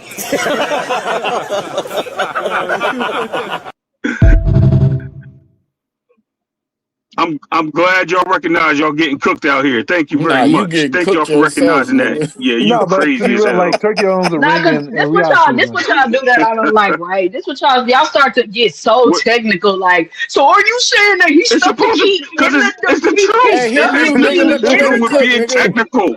It has nothing to do with that, Queen. I'm sorry. I apologize, Queen. I apologize. I didn't mean to cut you. I was laughing. But it has nothing to do with being technical. It has something to do with being truthful. The truth is you're saying things that have truth. Okay, let me say this. He's responsible for a lot of this shit. How about that?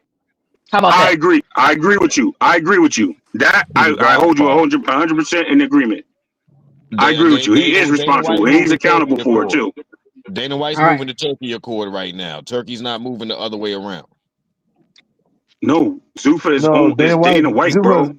It's all Dana White. Brainchild, yeah, that's his brainchild. That's not Turkey's brainchild. Listen, I promise you. Listen, I promise you. Because I was trying to follow your argument because I came in late. So, do you and Hacker believe that Turkey mean good to American boxing? Is that what I'm accumulating from what y'all saying? Hold on. Well, it's not really. It's about them changing boxing, right? It's not really about American boxing.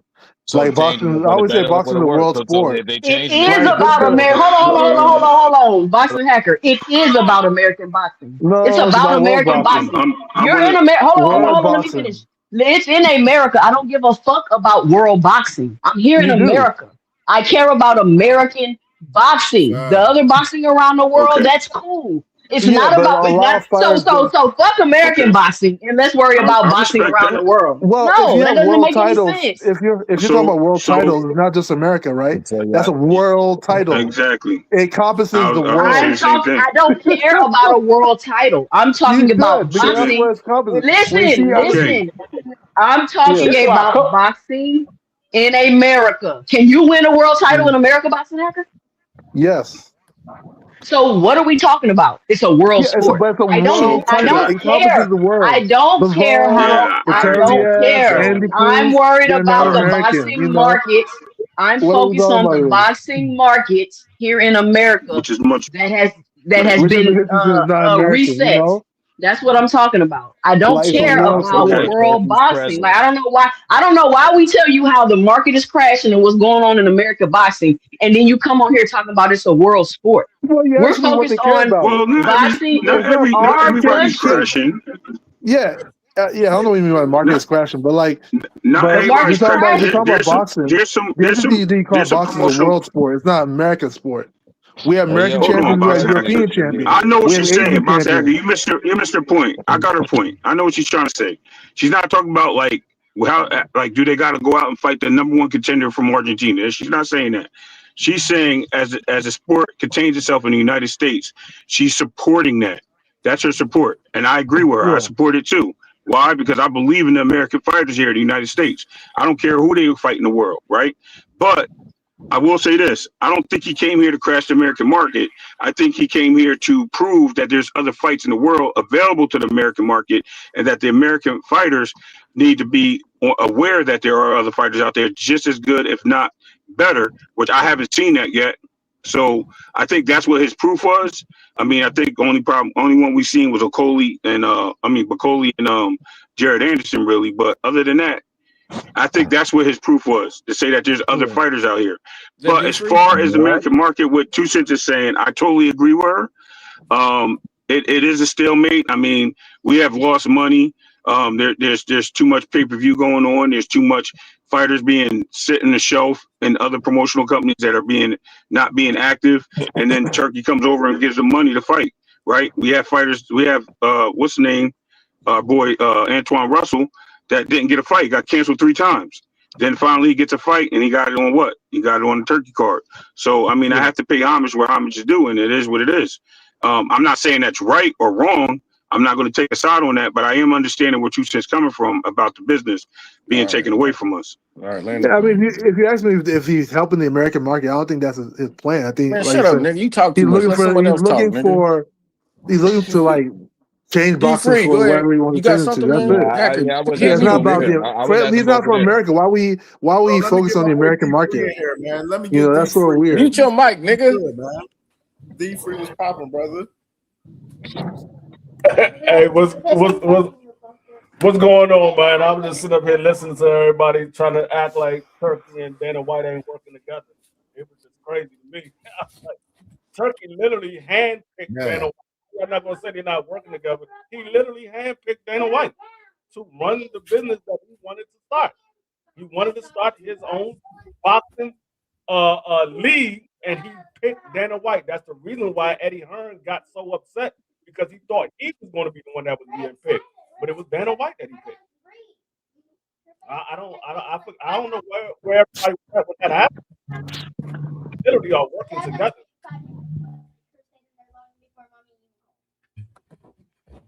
I guess Turkey gotta pull the money out his pocket, and they gotta see the Well, transaction for them to Ain't understand that what's some going shit? on. Yeah, And salute to our yeah, boy man. Lee Jackson with the $2 bag. He said, Hacker, I'm about to get your ass gone. Cut the bullshit. It's $12 in the cash app. We got 8 so far. You know what I'm saying? On the Hacker bounty, man. $12 more in the cash app. He can be gone out of here.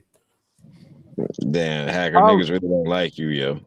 I just be speaking the truth. I don't know what people be upset Your about. Really. truth. You speak your truth. I Your guess my truth. ultimate truth. Yeah, Your my truth. ultimate Yes. truth. There Yes, Say was yes. a that. Say lie. that. My version of Everything going reality. on Yes. Just there. like a female, nigga. Talk A your truth, lie. baby.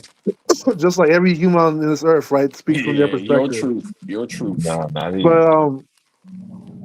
I mean, like I said, D3, I man. really, D3, man. I think Pause. Turkey is doing what he's doing for the sport, his perspective. You know. Hold on, Hacker, man. Hold on. D3, was you You've finished? been talking all damn day, Hacker. Shut the fuck up. No, I'm I've done. been yelling, can I talk Yeah, for go with like Be More a Bully, half man. Go ahead, Be fucking More Bully, hour, Go ahead man. and talk, female bully. Damn, I had to switch to my computer to be heard. Damn. Yo, what Ray and Hacker don't understand is that when Dana initially started to get into boxing a long time ago, he named his bullshit ass shitty company Zuffa Boxing. And they used to have fights on UFC Fight Pass on his website. their platform that they had for streaming UFC fights and a whole bunch of other combat sports. They even got Brazilian Jiu-Jitsu over there. They even got, that bullshit slap and a whole bunch of other shit that they used to have over there playing on that platform. Now, Dana, and I'm going to take you down the rabbit hole. Dana always wanted to get into boxing. During this time, Top Rank left HBO. HBO got out of boxing. Top Rank secured their deal with ESPN. Dana can't have that shit. He just shit on ESPN because they got there a couple years before Top Rank did, and they was killing it. This when they still had American stars that was marketable. This is before the Reebok deal came in, when all of a sudden they just took away the rights of fighters to be able to get endorsements on their apparel, written on their trunks, on their t-shirts. This was before that. So Dana was the whole time started sabotaging Top Rank. Every time Top Rank had a boxing event, every time they had a pay-per-view, UFC had a pay-per-view. UFC started the fight nights to constantly compete with boxing on ESPN platform solely. Why? Because Dana was trying to drive down the value of Top Rank, because they was going to try to buy Top Rank at first. But what happened? Bob said, hell no. So they went on and he kept up the attack. Meanwhile, all of a sudden, here comes Turkey throwing fights that Bob saw him as their savior, throwing fights. So he go ahead and go in with Turkey in Queensbury, and then Matchroom came along and he started doing fights. This around the time you saw the first Wilder, you start seeing the Wilder, Deontay Wilder, Tyson Fury fight. The big one they had over there in Saudi Arabia. You know what I mean? And they had another couple fights they was doing over in London. That's when you start seeing them damn fights going on in that damn stadium they got in London and whatnot. They making it seem all bland, all them crazy ass motherfuckers singing Sweet Caroline. I hate that goddamn song. I hate it. By the way, British boxing is not fantastic. It never has been fantastic. It's whack as shit. So bottom line is this. He was trying to buy Top Rank, didn't work. So he's looking for ways in which he can get in to boxing and be able to do it. Next thing you know, Turkey and them meet, they go in, and next thing you know, this is how all that shit start happening over ESPN around the back door. And the next thing you know, Bob is in trouble. He loses damn television rights because all of this shit got exposed with Daniel Kinahan. And at the same time, he was just in trouble, in financial trouble. He ain't say shit. And then Bob, he's not going to put his money into it. So he go ahead. Next thing you know, he's over on Tubi. So then that's when Dana and Turkey make their move. That's when they start talking about the Ali Act. That would be the first step to help them so that they will be able to go ahead and put together a boxing league better than what he did when he made UFC. Because under the UFC contracts, the writers still got some rights, but they'll just get blackballed. This is the reason why Mighty Mouse left. He was the first one that left. He lost his belt. He went on, just gave the belt up, lost it to little big head Henry Cejudo. You know what I mean? Then the next thing you know, he go ahead, he pulls out. He goes over to one championship. He started up with his partner who used to be his trainer. And they over primarily in Southeast Asia. All of their fights happen over in Southeast Asia. Right? Then next thing you know, you have Dana selling Zuffa to the boxing company he started, the name of Zuffa, to Turkey Al-Sheikh and Seller Group, the Seller Group, which is the PLF fund and all that with the Saudi Arabians. Next thing you know, Trump comes in. Dana goes to Trump. Hey, we trying to get a deal with Paramount Plus. Paramount Plus trying to get a deal now for distribution over in the UK, largely through the group called Skydance. Next thing you know, they hook up, bam, they got it going on. Next thing you know, UFC moves over to Paramount Plus. In that deal with Paramount Plus, there's another proposal for them to be able to start up the UBO. They start up the UBO, Turkey front all the money for the UBO, but Dana White gets to run it the way he wants to. So that's how that bag went over there. Meanwhile, Bob went to Tubi, and now he just got him a deal over with the Zone. Now, what leads to be the thing that you have to realize now is the Zone going to still be dealing with Turkey, because Turkey put money into the Zone. He put money into Ring magazine, right? So he can pollute it with all of that propaganda and bullshit about who's the top boxer and this and this and that. Everything that they told y'all they was going to do, they went along and didn't do it.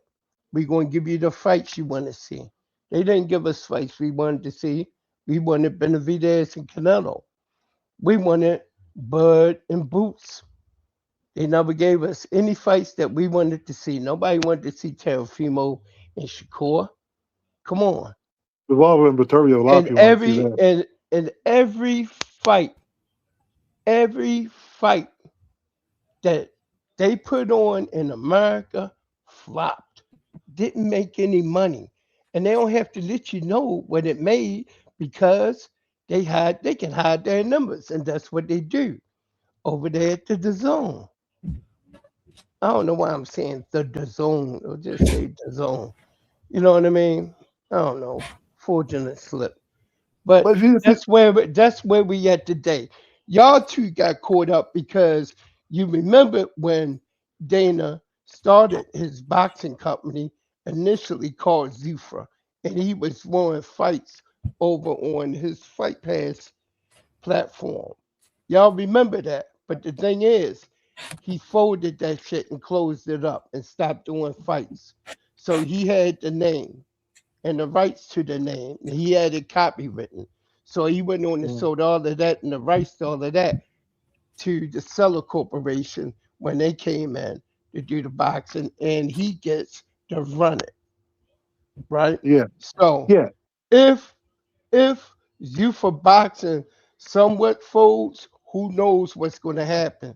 Because TKO and Zuffa, the UFC, all of that wrestling and all of that bullshit is all lumped in together now. But they got a deal over on ESPN that's doing WWE wrestling. You know what I mean? I don't even know why that's in a thing. And if you go ahead and you do diligence, you'll find out that at the beginning of the year, they found out that TKO, the company and all of that, they are in debt, deep debt. WWE is in deep debt. They deep in debt. They talking about hundreds of millions of dollars in debt. But nobody's talking about that. Yeah, you but know what I mean? David, we agree with you though, right? What's going on now with this? But I wanted to go ahead and get that off because that's where y'all was going at. And I'm like, hold up. Technically, he right, but he used to own the name Zuffa and Zuffa Boxing before he sold it to Seller Corporation, which is the PLF fund, which is being ran by Turkey. Yeah, so we agree with you, right? Like, it's not what you're saying is correct, but it's Dana's brainchild. It's not Turkey. Turkey's whole idea is for Riyadh season to be as big as it can. That's what Turkey's here for.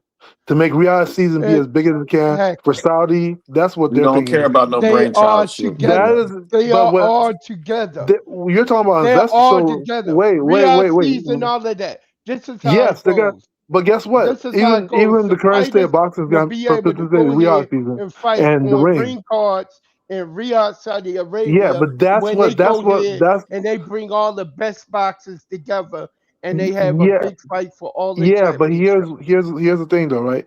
What I'm not saying what you're saying is wrong, right? But what you say is what we're trying to say is that the whole thing about Zuffa, it's always been Dana's brainchild. That's Dana's thing, Youthful right? boxing. Zuffa boxing is Dana's thing, yes. But Turkey is more focused on. Yeah, all right. Shut that soft ass shit up. And the best man Shut that soft. That's some soft ass shit. Shut that soft ass shit up. All that soft talking. I know you can do it, man. You got the.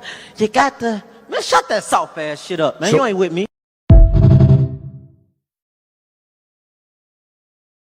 Like, so the When you concept of see the like Turkey big part, started Zuffa the big to part destroy the of market or Nigga, something. that No, drop was for that's not you. the That thing. man, shut the no, fuck up. the big part You of know, what I was just finished telling y'all nobody's even was the talking to you, fact Cash. that The drop was the talking to fact you that though. Theo, It's talking to you. Top Rank Boxing almost was owned by them, so they wouldn't have had to go out and get any other boxers. That's what I'm talking about. They was I trying to agree. get Top Rank. Yeah, I'm not disagreeing with anything you're saying, and I think you're agreeing with what we're saying in that it'll mainly Dana. All this stuff was mainly Dana. Like, yeah, they partner with Turkey, but Turkey, like I said, Turkey's main focal point is always Riyadh season and the ring. Because why? Because it makes Saudi Arabia look good. That's why. Like that's all it is. So the whole concept of saying that Turkey is behind this, is his grandmaster keys. Turkey don't even know how to run those Zuffa. That's all Turkey Dana. is behind it. No, you just said yourself, David. You put the money up on the table. Let me ask you a you question. still got leverage. Oh, let me bring That's my what you need brother to T Hill in understand. here. Let me bring T Can I ask Hill you? in. Hold on. Because T Come Hill on, ain't got to Thomas. smoke that Come much on, when he came Thomas. up here. T Hill, Come on, go ahead, my brother. Oh man, I just came to join in, man. I've been bouncing in and out. I had so much stuff to do, man. I can just come and listen. I don't got to talk that much, but hey, it's interesting that certain talking points get talked about and by whom they get talked about by. Bottom line is we gonna see fights, and hopefully we get to see the fights that we want, so that we can get the actual commentary that we should have afterwards, man. Other than this, man, we already know that certain things are there in place to do certain other things, man, and it's right in front of our eyes. Some people are gonna choose to acknowledge that, and some people are gonna choose to speak for it. Bottom line is, man, you can't see what's going on, then shame on you. That's all I'm gonna say right now. Okay, let me respond to what what's his name, Baltimore Bully. Let me say something. You said Turkey behind it, right? Be more, Baltimore, some more. I don't know anymore. I don't really care. Listen, no, I'm just playing with you. I'm just messing Hey, with I you. don't really give a fuck about Also, whatever no, I'm messing with you. I'm do, just but messing with you. I'm messing with you, dog. I'm just damn. chilling, bro. I'm messing with you. I got you. I respect you. Trust me. I'm just messing with you. On some realness though, you said that was Turkey was behind it. But if Turkey was behind it, right? Why isn't Turkey the one and fighting for this Muhammad Ali act? Why do you see Nick Khan, who is really behind it, who is the face of TKO? Why you see him fight for all these things? Turkey is nowhere to be seen in none of these conversations. It's not because he's the final boss. It's not. No, why? Tell me why. You want to know why? Because tell me why. It looks and sound better coming from people who are running the corporation that you're behind helping to fund. See, look, TKO and the Saudis have always had a long-standing relationship. If you don't know, you should know, because they throw several wrestling events during the year in Riyadh season in Saudi Arabia. Facts. It sounds better coming from one of you than one of us. Picture him going in there with his turban and robe, sitting there at the table talking about a company that's primarily owned in America but have partnership over in the UK, and here's a Saudi sitting there. Knowing the lineage between the Saudis. The only people who get along with the Saudis What lineage? The only people who get along with the Saudis are plain and simple people who are about their damn money. Bingo. They the Thank you, only one hitter motherfuckers quitter. that get along with it. We even gotta say no more because I mean, Okay. For one, Turkey. Is that what that is? For one, hold on. For one, Turkey is a foreigner, most definitely. For one, and they can't get involved with political affairs. Right there. Okay. So okay. That is okay. So the last I checked, Nick Khan is from Nick Khan is Saudi Arabian. It's okay. He's from Arabia. He's one of those people, right? And I don't mean to say that disrespectfully. Nick Khan is also okay, but hold a on. billionaire. But he is he's a billionaire. But he's a representative. But he's a billionaire. Okay. You asked me to respond. No, let me tell you who Nick Khan is. How much money Nick Khan literally made $25 million last year working for TKO last year. Yeah, and he owns Turkey's also rich, owns guys. a football company. Which I don't he know. owns the fucking Jacksonville Jaguars. Nick Khan owns the Jacksonville He also owns 60% of the WWE. Yeah, he also owns 40%. He also owns 40% of whatever it is. Was it UFC, right? In which the brothers own the other brothers own the other 40%, and Dana is left with like 10%, right? When UFC went on and merged with TKO and became what they are right now. They merged together. Matter of fact, it was the Zuffa brothers along with what's that guy? Zuffa brothers. Who the heck is the Zuffa brothers? Fratelli. The Fatima brothers. Okay, got you. All right. Fatima brothers. I got you. You know what I mean? And they went on and they merged their company assets. They went on and sold that over to TKO, and they went on and merged UFC with WWE. It became a super company. You know what I mean? And from there, they went on and they merged with other companies as well during that time. Dana, since he's always been the face in the front for the UFC, that's why he's still there, because he is rich as a motherfucker right now, too. He probably a billionaire by now.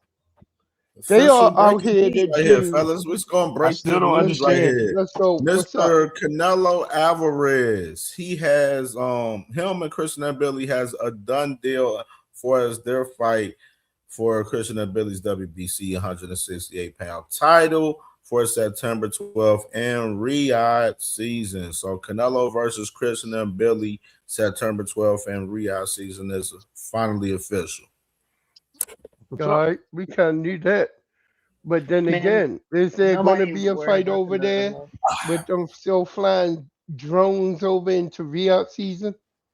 Shit, man, brother. Shit, they got Anthony Joshua fighting there July 25th with that dude Pringle. You know what I mean? Like, that's what they doing over there. That's what they doing. Hey, they must have came up with a truce with Iran once they decided to take their money out of oil. Yeah, I'm glad you think they got all this power, bro. That's crazy. Yeah, they do. Okay. Over there. I mean, it's risky though. I ain't gonna lie. That's ain't money power. Ain't money power. Do they got all the money too? Because they used to fuck out that fund, and now what they trying to do, they taking that money out. They try to crash out. I thought Iran economy. was the biggest oil. I thought Iran was the biggest oil reserve over there. So why would they need Saudi money? They was. I didn't say. Hey, did y'all see they pulled all their funding from the Live Golf thing, and they're saying they don't know if they're going to let those golfers go back to the PGA. I really don't know the golf like that. I don't know golf, so I didn't know that was like a big deal. But apparently they feel some type of way about them that went over there to that Live Golf League. And the PGA wasn't happy. That's the PGA. That's the PGA problem. That was it's not their problem because the PGA just went on and they doing what they doing. They still making their money. Live Golf, since they founded it, since they created Live Golf and pulled the golfers over there, now they over there struggling. But they pulled the top golfers, right? For events. You know what I mean? PGA, so, right. No, they over with now. Money. They pulled all their money. I'm saying is they pulled the top golfers. No, they ain't pulled all the top golfers. They pulled a lot of them.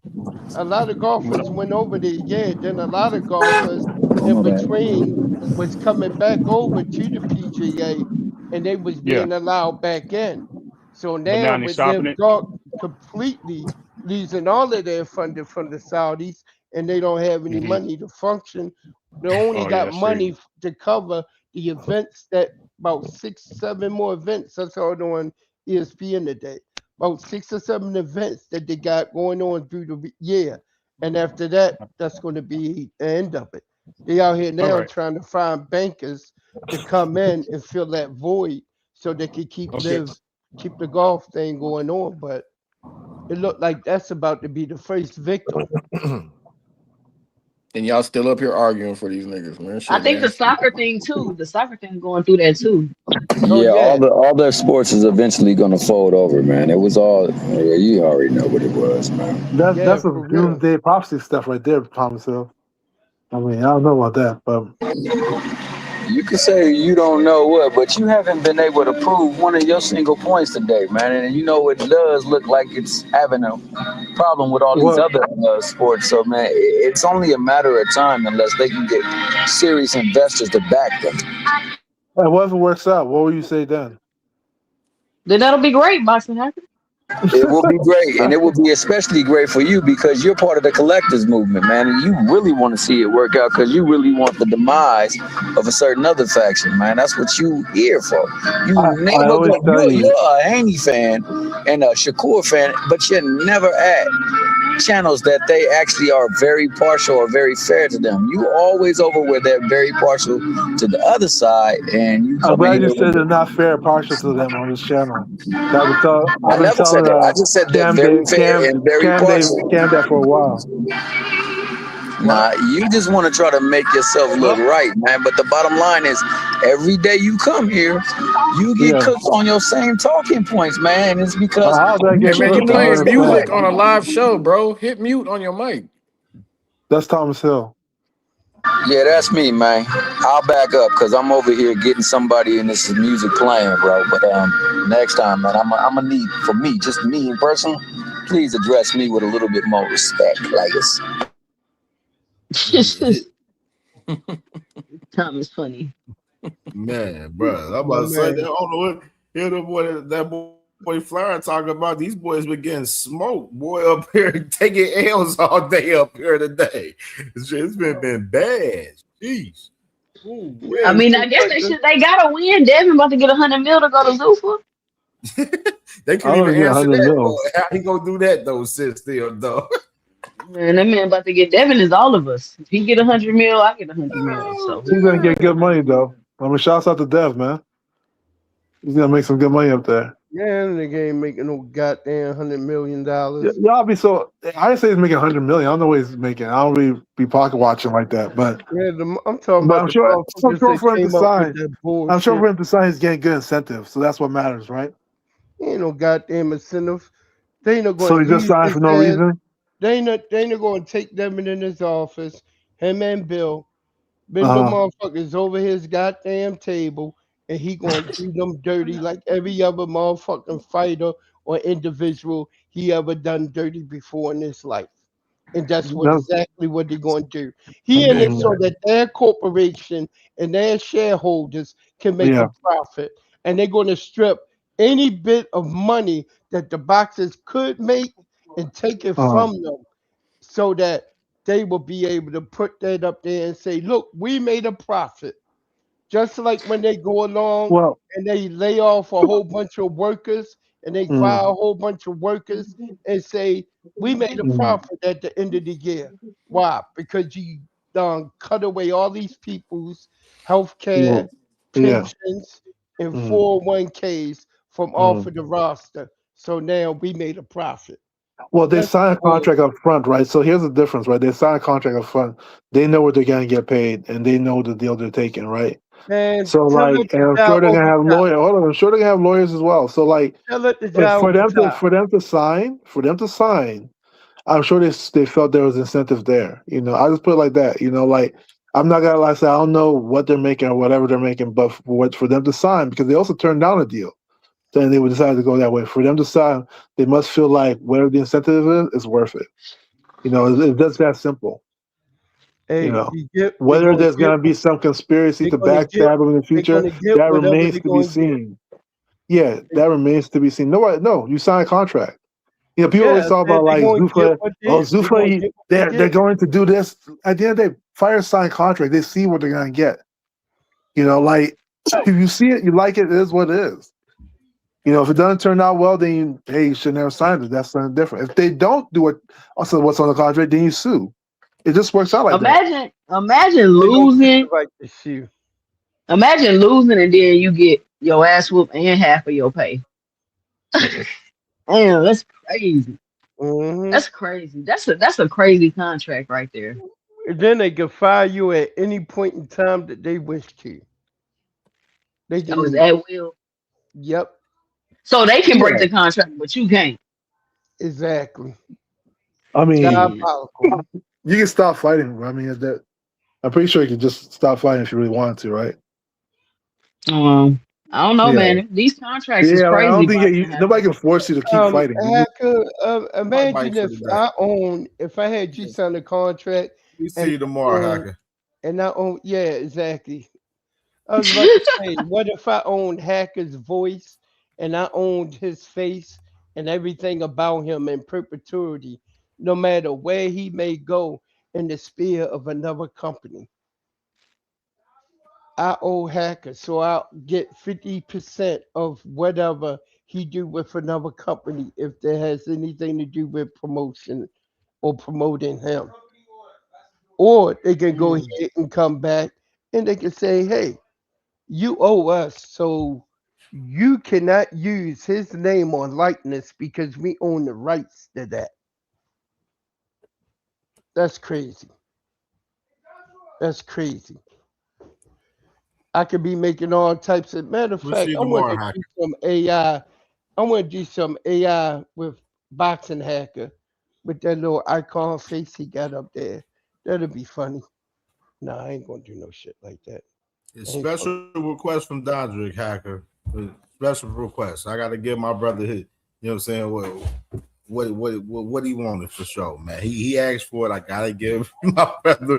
You know what I'm saying? You should be done enough. You done died enough, man. Y'all boys like 12 feet deep, man. Y'all done died enough. Like, god damn. Shit. But just imagine if you know they what would I'm have been saying? able to get out the gate running with top rank being turned into that stupid ass name Zuffa Boxing.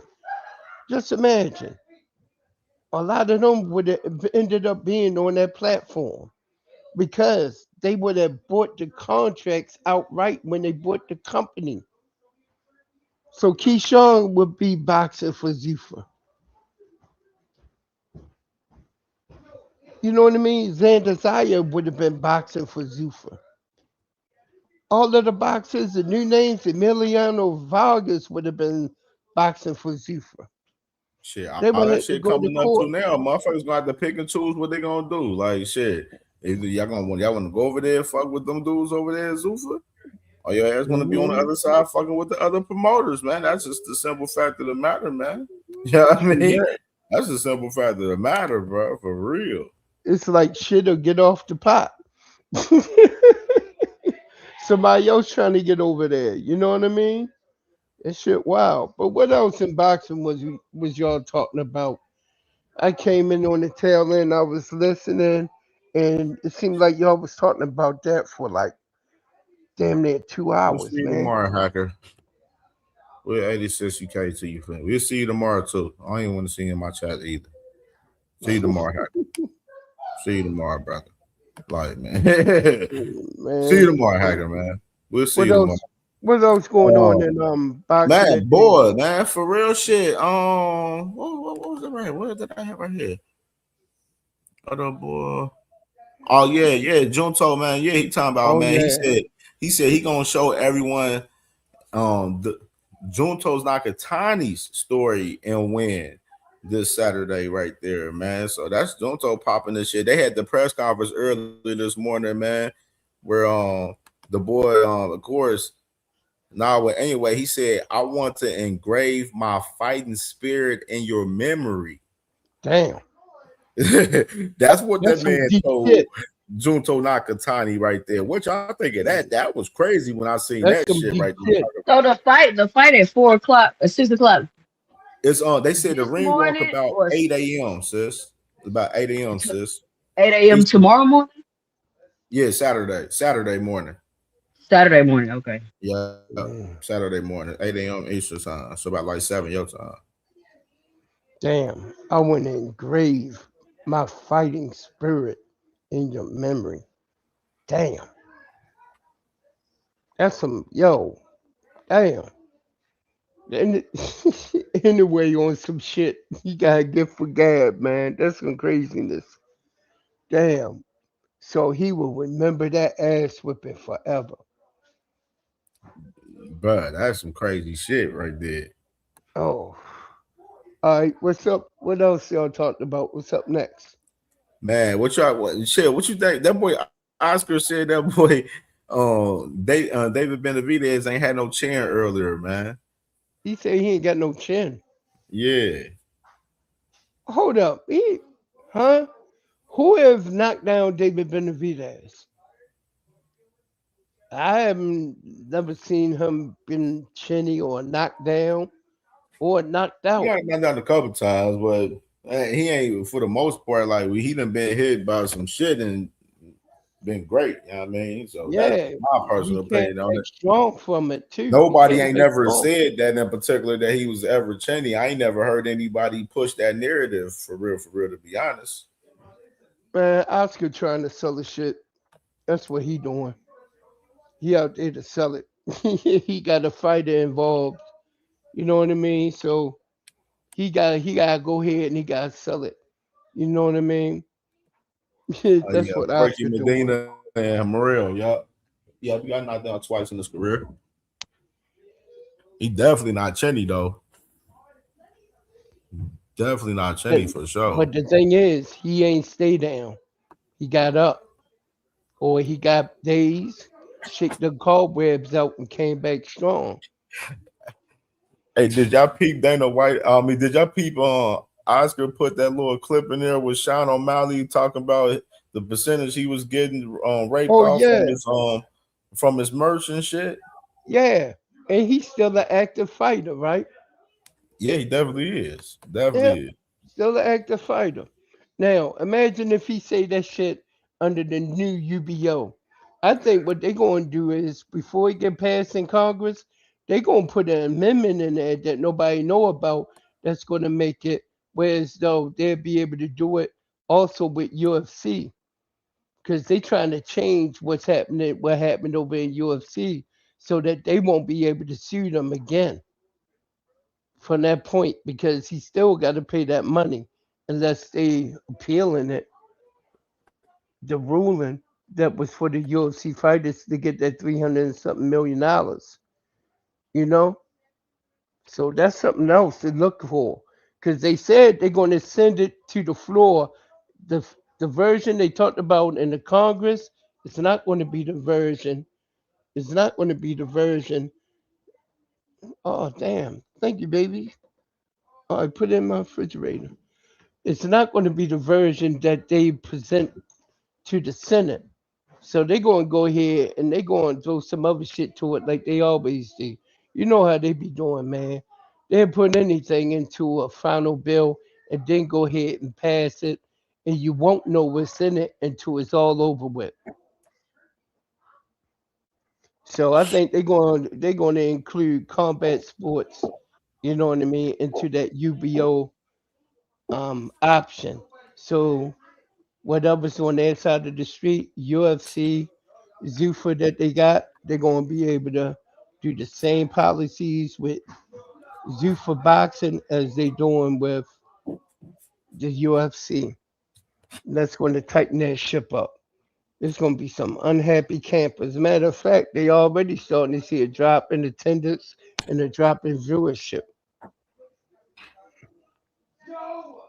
But hold on a second, man. Boys ain't the Motherfuckers don't even know Zuffa event like that next event for real. These boys ain't tapped in and fuck with Zuffa like that, and motherfuckers be out here having a cape on for Zuffa out here crazy, dog. That's what be getting me weak about a lot of these motherfuckers, bro. That's the crazy part about that shit, dog. Oh, man. Like motherfuckers don't even know their next event, don't even know all the fighters that's on the motherfucking staple. Like, don't even know shit going on for real. The motherfuckers be out here talking Zuffa this, Zuffa that.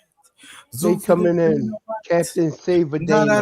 Like motherfuckers don't give a fuck about them niggas like that, bro. Like these motherfuckers be acting crazy. Yeah, like shit. Cause Eric, you tapped in, man. You tapped in. You feel me? Like, you know what I'm saying? Like, motherfuckers don't even know Julian Rodriguez on the card coming up. Like, motherfuckers don't know shit, bro. Motherfuckers just be out here talking about Zuffa every day. Got they flag, waving that white flag every day for the motherfuckers, and don't even know what the fuck they be talking about for real. Nope. Hey, what's going on today for fight week? Shit. They had the press conference today, so they got the final press conference was just at around 3:30 and shit. I was gonna react to it, but we had the conversation going and shit, so I ain't want to fuck up the conversation with bringing that shit up for real. But I'm gonna probably just react to it tomorrow on my show tomorrow though. Oh, all right. Yeah, I'm gonna react to that bitch tomorrow because I was like, I ain't gonna react to that bitch because I know it's probably at least about 30 minutes, 45 minutes long type shit. So I'll fuck around, just react to it tomorrow. It be one of them things. Then tomorrow they got the weigh-in tomorrow. I think the weigh-in is at let me see. Let me see what time the weigh-in is. Because I had the whole fight schedule up from yesterday. Here it go. Hey, Cam, what was Mr. Eyebrows talking about? You know what I'm talking about. Zeb Judah. man, nah, 2 Cents sent the clip earlier, man. Zeb Judah when he was talking about the whole negotiation shit with Bud and Boots and shit earlier. You know what I mean? Pretty much, basically saying like, no, either side wasn't ducking and shit. They just, motherfucking Bud moved to the Avenesian fight, and he wasn't trying to fight Boots for real at that time. Like he basically put it on the line and said it for real. And motherfuckers was trying to debate that shit earlier and was getting cooked off that shit. You know what I mean? Like, you know what I mean? That just motherfuckers can't be debating facts, man. When you had the receipts, you put that shit in front of these motherfucking faces, man. The motherfuckers be looking crazy. Big Supreme was good, my boy. Was good, brother. Man, I see my brother in a little minute in a few days. Yeah, man. So these dudes just be talking crazy. Motherfuckers don't be know what the fuck they be talking about, bro. For real, bro.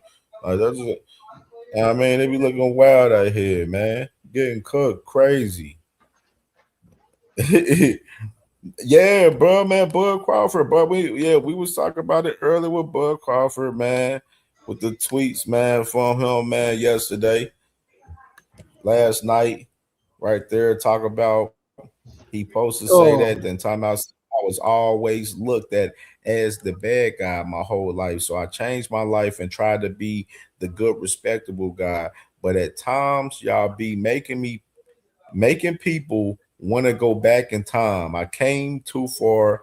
I want to do it. And then he also said, LOL, how did y'all get Boots out of anything I just said? That's crazy how y'all play like y'all like him, but wanted me to end his career before it started because that's definitely what would have happened. SMH, y'all something else, I tell you. But see, this is my thing about the tweet, and I ain't really say nothing about it earlier. Boots ain't say nothing about this nigga recently, though. That's the crazy part about it. Like he just came out of the blue. I guess he responded to motherfuckers. No, somebody he did an interview and somebody was like, "What would happen with that fight between you and Bud?" He was like, "I'll be victorious," and the guy was like, "You'll knock him out," and he was like, "I'll knock out everybody." And then everybody's like, "Oh, he said he gonna knock out so Bud." they gassed it up they gassed it up to Bud to where that made him want to go ahead and make his tweet like then this. they start saying, "Oh, he said he could knock out Bud." Yeah. But I mean, but those fighters always say that shit. The fuck these dudes be too emotional, man. Too emotional. Like then you got Bud saying, "Can't no manager, promoter, advisor, coach, or anyone of that matter can say I ever ducked or turned down a fight that was presented to me. Now let's really talk about it because I real life stepped on shit right there. You know, some more shit, man. You know, he was in there popping the shit, talking about I can't sell this and that, but your favorite fighters made their biggest check with none other than the one who can't sell. Let that sink in for a minute. Why would you think was they fault? So many other so-called bigger names. That boy would be writing some bullshit, man. I knew when Sin, I knew as soon as I seen, I like, yeah, I know Sin gonna see these tweets. He gonna go crazy on that shit. I'm already knowing what type of time he was gonna be on. Oh man. So that's what Zeb was over here talking about.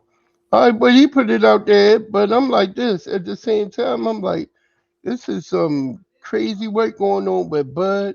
First his butt fuck boy go out there, Bernie the boxer, and he start yapping his gums. I'm like, why they mentioning Boots? Oh, they trying to drum up support for a Boots fight to help Bud get that imaginary $100 million contract for one fight. Nah, Bud, it ain't gonna happen. It ain't gonna happen because your gigolo, well, excuse me, your trick daddy, well, your pimp daddy, yeah, that sounds better, or your master. That's what it looked like. Remember when he was in there working on that machine, and Tricky come over there? Yeah, but no retirement for you. Yeah, boy. That remind me of Django dealing with Calvin Candy, man. Seriously. That's what it exactly reminded me of. And I was like, yo, you can't see they playing you as Sambo?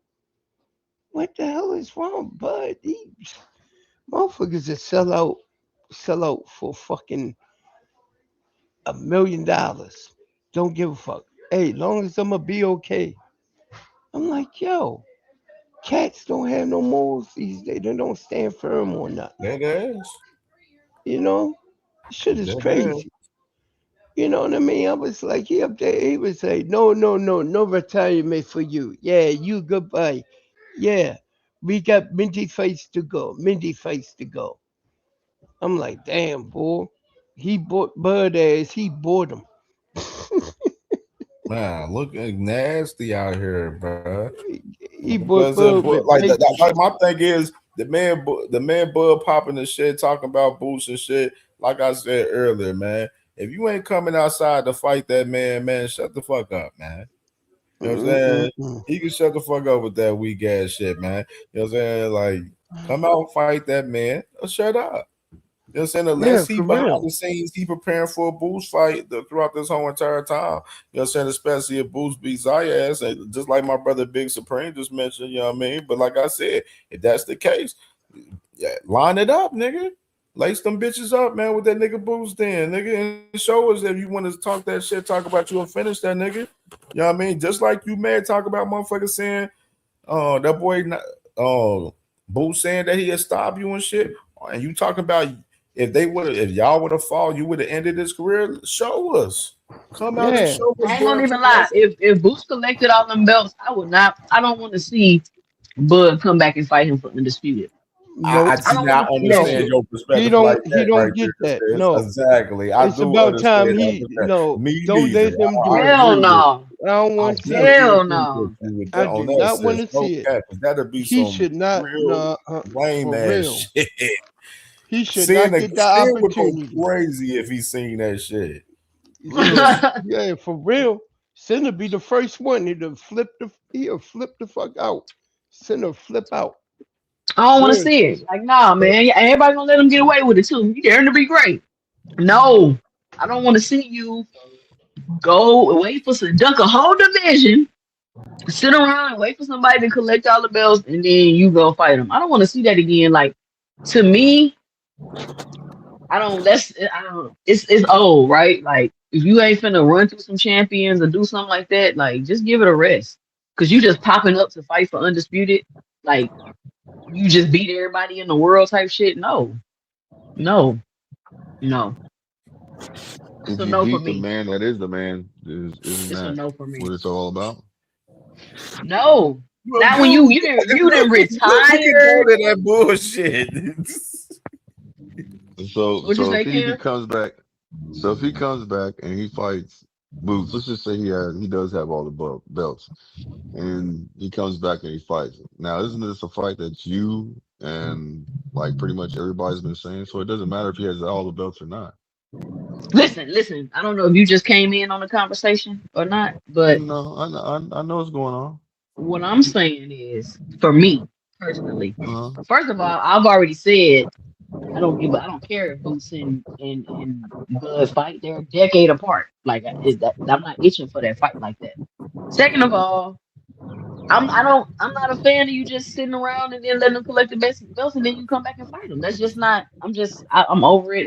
This is not something I would be just like. Oh yeah, that's great. Like I wouldn't feel that way. But that's just my sentiment.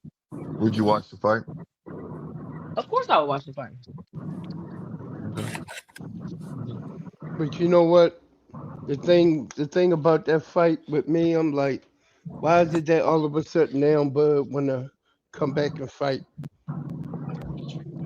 You know what I mean? I think some of those payments that he was looking for may not be coming. Yeah, and I think he hasn't done enough, at the end of the day. So, if you were really Saying you would be salty as fuck if that boy came back to try to fight Boots if he was undisputed, man, at 154.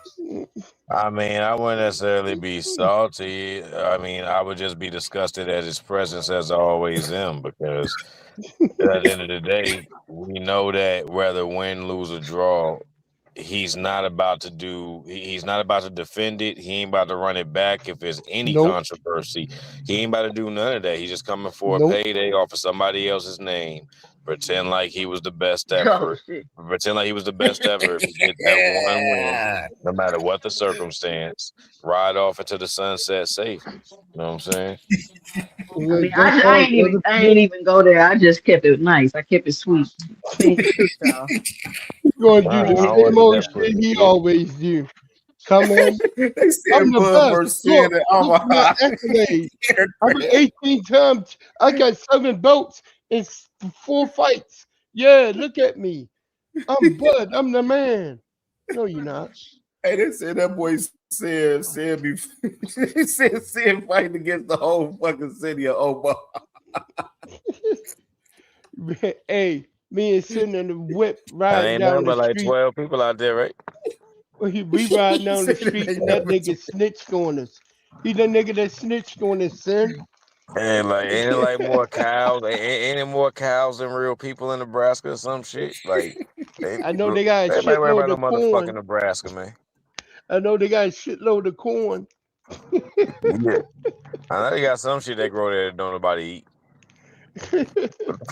The fuck come Goddamn great from that? corn. What the fuck come great from that state? Come on now. Ain't no man. Look, I ain't even about to go there. I'm gonna let that man The live. Man, they got the the corn Bud huskers, Buddy's man. gonna The flip out in corn chat.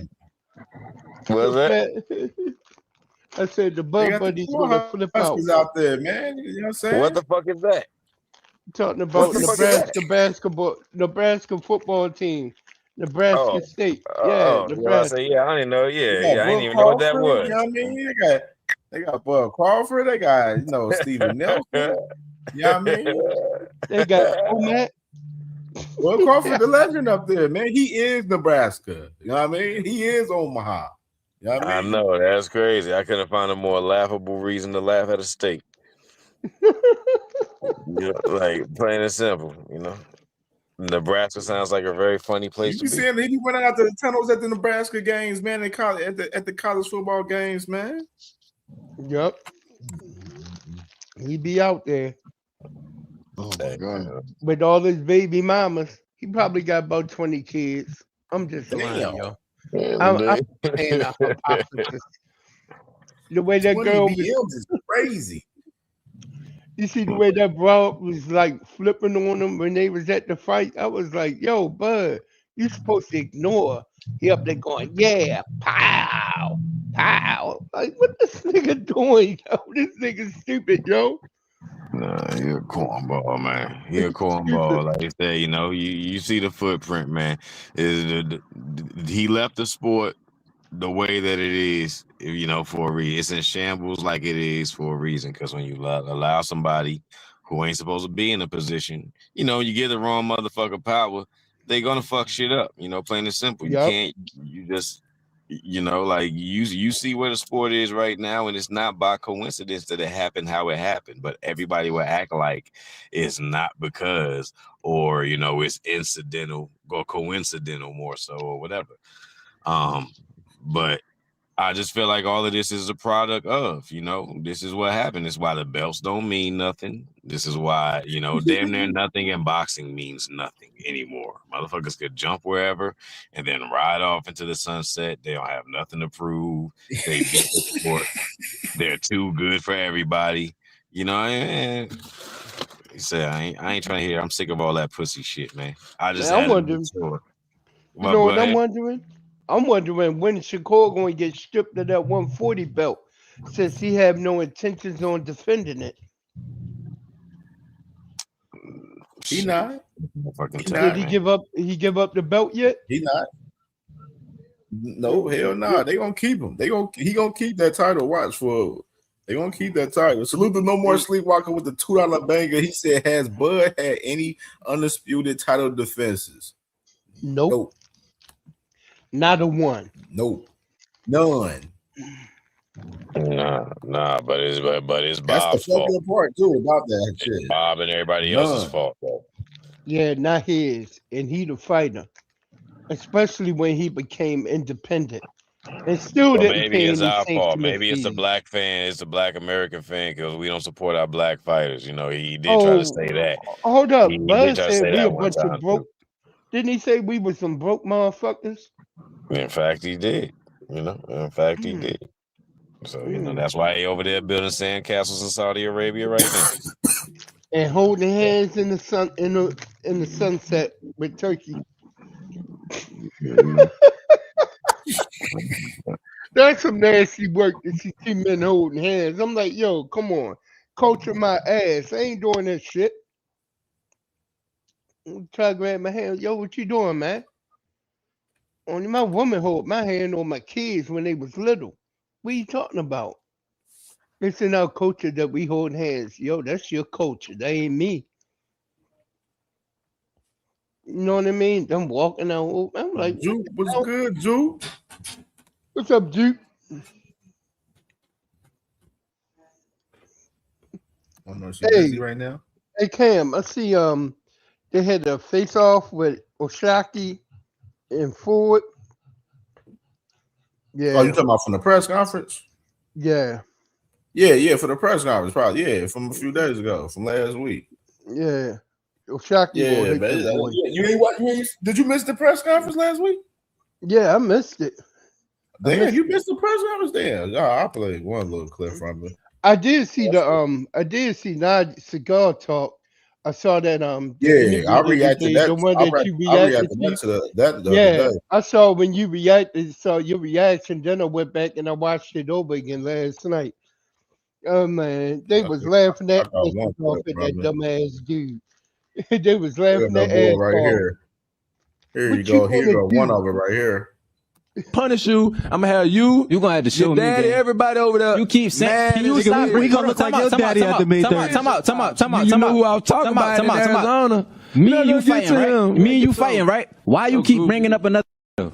Why you keep bringing him up? This not about. This not about him. This not about him. Why you keep bringing him up? It's about both of y'all. You know what I mean? How? If I spank the son, you the only one taking ass whooping. Me and you start going at it first. You're talking about Shakur Stevenson. We not bringing him up. We not bringing him up. This not his. This not his press conference. This not his press conference. It's not about him. You keep talking about that. You never heard Shakur, little bro, me, son, me, none of that. So I don't know why you bro. You about throwing your name? Oh, if you he don't give you an opportunity. I've been calling you out before. I've been calling you out before you start bringing his name up. How? If he don't give you an opportunity, I ain't giving you him an opportunity. That ain't, man. Come on, you little boy. That's not little bro. He know that this is the fight that I've been wanting, and he like, Why would I jump in the middle of him trying to fight him and beat you the fuck up? Because that's what's going to happen. Explaining this, son. You all right, man? I'm gonna beat you. You got to stop dick riding, bro. You got to stop dick eating, bro. No bullshit. Is that the plan? Keep his name out your mouth. You've made it quite clear that's the fight that you want. I mean, you have. One thing I will say is, you are right. Ray wasn't your mandatory challenger. He said that you needed this fight because it was a big opportunity. You're saying I chose you, effectively. But you do say, you talk about the fight with Shakur Stevenson. That's a fight that you want. Is this kind of like a strategy for you because you know how close that camp is to beat Ray Ford and then stand in that ring on May 30th? Well, Shakur will be there and call him out. Is this long-term thinking from O'Shaquie Foster? Oh, for sure. And his boy stuck his own foot in his mouth. When earlier this year, what he said, give my boy Ray an opportunity and I'll give you an opportunity. If you don't give him an opportunity, I ain't going to give you no opportunity. So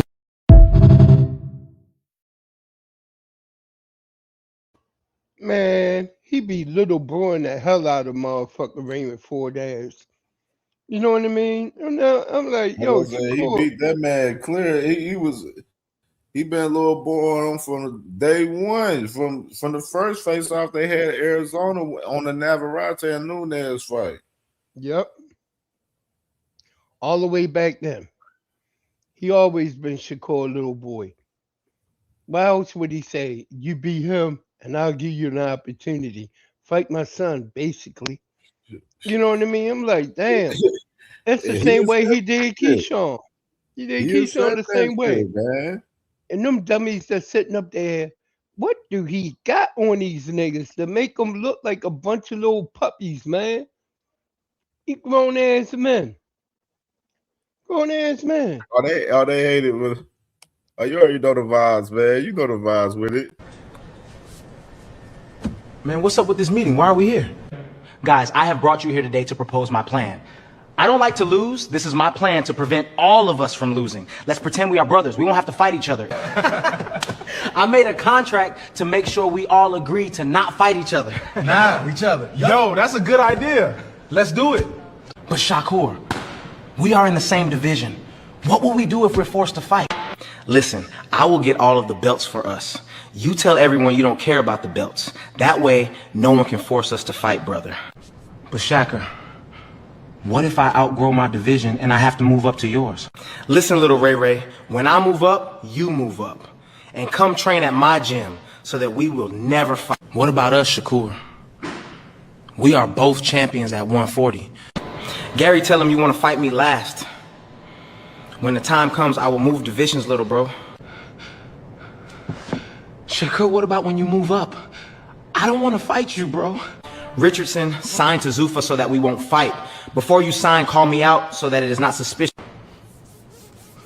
Now sign the contract to be boxing brothers. Why they want me here so bad? We are not friends. Man, I'm going after all of y'all. There's no friends in boxing, clowns. Abdullah, no, please. I won't let these frauds ruin boxing. I'll go after all.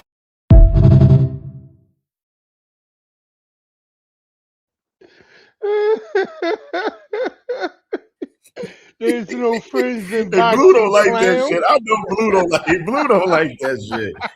Blue definitely don't like that. Every time I play that shit, I know Blue do not like that shit, man. Oh man. Yo, they need to make that a little mini series, yo. I will watch that shit. That should be dope. They got can the make a other little one, man. mini They series got out of the that. other one. Oh, I got the other one for you, man. My man, Real Boxing News on Twitter, man. That's his name, man. He the one that been dropping these. Not CamJ. This is Real Boxing News. That's his name on Twitter. You know what I mean? Okay. If y'all want to go follow him and see the other clips that he got. He got another one. Hold on. This is the other one. Oh, man. Man, Shakur, why you telling people we gonna fight? Chill, you know I ain't trying to fight you, brother. I fooled the media to avoid Rolly, Ryan Croker, and now you want to call me out. How could you do this?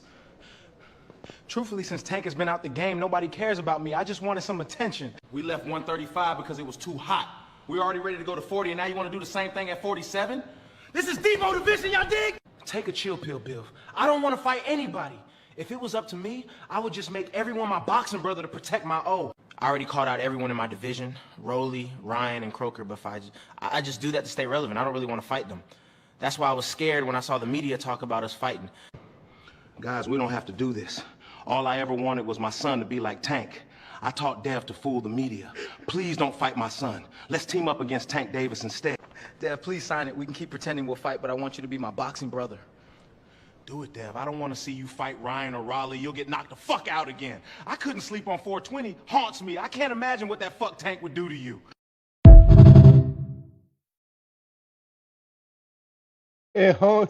He said it haunts me to see what the fuck Tank would do to you. You gotta keep this going. You gotta keep this going. This shit good production right here. If he can get them voices to line up a little bit, he really gonna kill it. I need Shakur to say hum and them and all that shit. Know what I'm saying? And I need Devin. I need him to work a good stuttering for Devin. Just ain't bring it up a couple more octaves. The voice was a little too deep in the other one he got said right here. This is the other one he got said. Boy, they can't stop what's coming. Chill, bro. I thought we was brothers. Well, I'm gonna knock you out, brother. He going to sleep. Floyd, does he really punch that hard? Use your defense, champ. I don't know about this man. He is a hell of a fighter, but he is not money made. I can't see my little bro get hurt, man. We need to help him. We must protect his O. Let's jump Tank Davis. Man, after this fight, I'm leaving to an island and disappearing from everybody. He can have the spotlight once I knock his little out. Tank, all you got to do is touch that chin. Easy work. Let's go, champ. Let's go, champ. Be ready. Make sure to wait for my cue. You know how I get. I'm touching that chinny chin chin. Now, let's jump Tank Davis.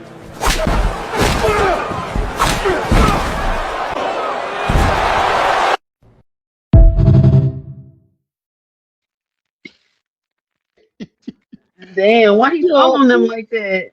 Yo, he did the backflip and came down on top of him like WWE. Nigga said, let's jump Tank Davis. Yo, he said, let's jump Tank Davis. Like, nigga, he's like, he ain't small enough already. He ain't small enough already. I can see them really doing some shit like this, man. Man, he knocked all the motherfuckers out. That shit crazy, yo.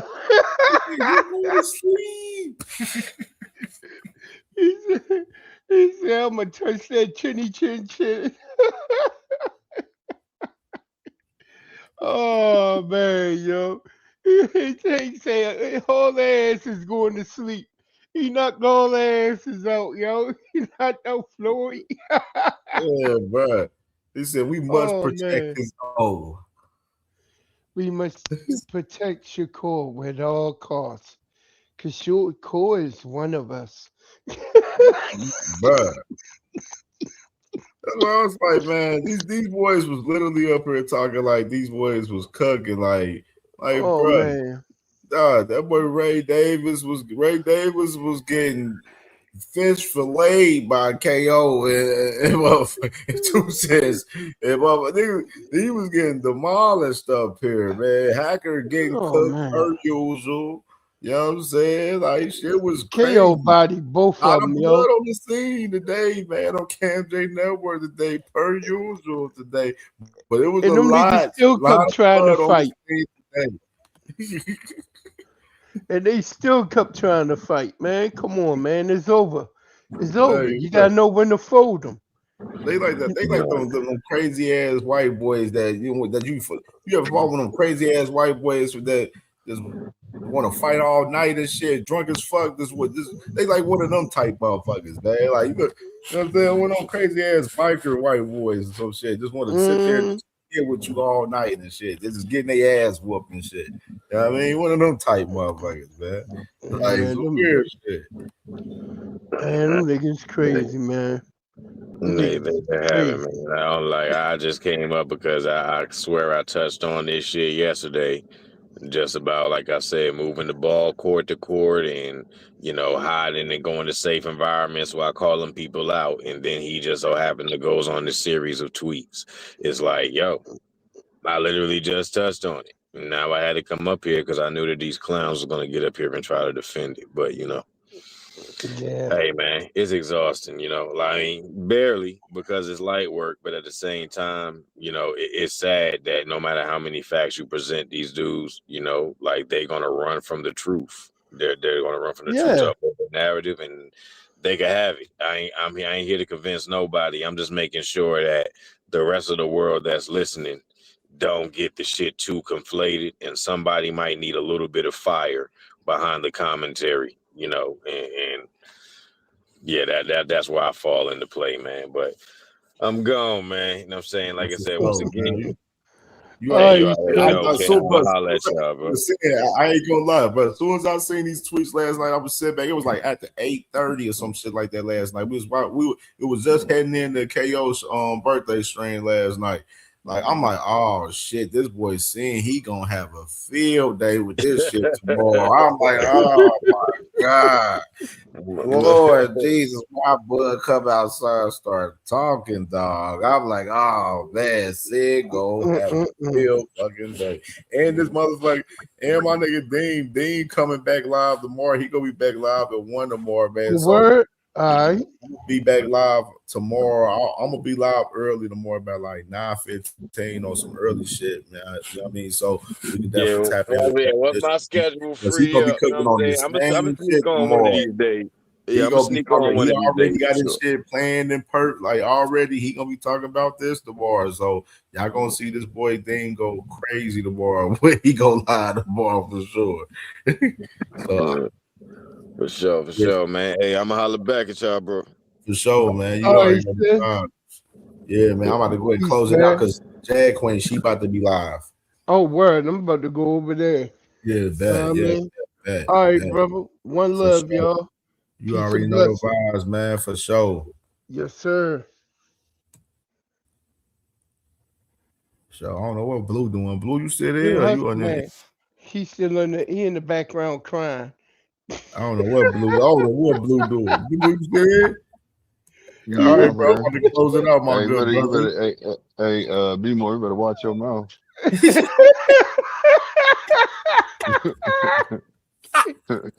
He said, not my bud. No, not my bud. Yeah, man, y'all over there hating on that man, man. That man ain't ducking no smoke. Man, I'm crying, bro. Oh, I'm crying, tell the bro. nigga get out his rickety wheelchair, rocking chair, and bring his ass back to the ring and fight. Man, dead ass. Hey, look, I heard somebody saying he too old. He 30-something years old. Why? Come back. That 30-something-year-old man. That 38. Hey, look, that 30-year-old man. That 30-year-old man. Yeah, you know that come nigga out 40. and knock out.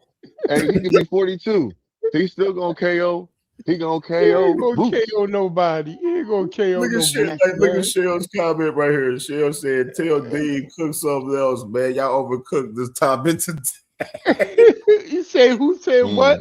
You know Dean is not gonna not let off on this, bro. You know he gonna talk about this, bro. You should have. I was surprised he ain't talking about it today. That was my crazy part. I thought Dean was gonna go live and talk about it today.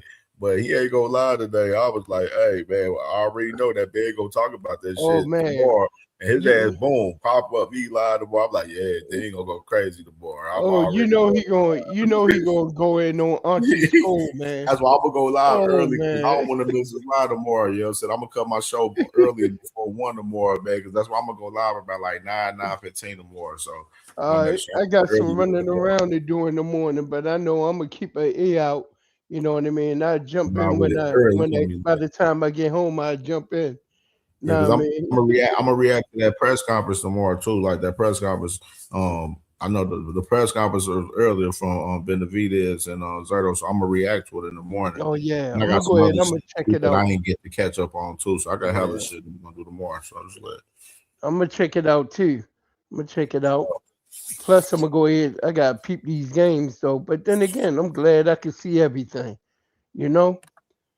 But go ahead, man. Go ahead, close it out. Hey, Blaze, why you ain't come up, man? Huh? Man, Blaze was in the cut chilling today, man. He was in the cut chilling, man. He said, "Bye, ass Philly niggas." Hey, this nigga crazy, man. Nigga from Baltimore, dude. Who I'm from Dodger said you ain't Baltimore. really gotta watch it for From real. It wasn't Baltimore. exciting. I'm From all right, Dodger. Baltimore. I'm gonna clip some shit up then. That's what I'm gonna do, Dodger. I'm gonna clip some shit up. We ain't gotta go over the whole thing. Oh man. Dodger said if the Blaze ain't want to get All right, fellas, y'all be easy, man. all right, Blue, bro. Blue, man. Blessing, bro. He said he didn't want to get cooked. He said I wasn't able to talk today, but y'all cooking. Yeah, for sure, Blaze. Salute, bro. All right, brother. I see you later. I'll All check right, you bro. over at Jazz. Peace and blessings. One love. Hey, man. Crazy show today, man. Classic today, bro. This shit was wild today, bro. Man, Bud crouching out over Boots Ennis, man. You already know what I got to say about it, bro. Hey, put up or shut up, man. Come back and motherfucking fight. And shut the fuck up, man. Flat the fuck out, bro. Either you gonna fight or shut the fuck up, bro. That's where I'll stand with it, flat out. We don't need you up here talking crazy about Boots, talking about you'll finish his career and everything, and we ain't seeing none of that type action. You know what I'm saying? Come prove it. Come prove it. You know what I mean? And for sure, man, I'm definitely intrigued, man. We're gonna do final predictions too tomorrow.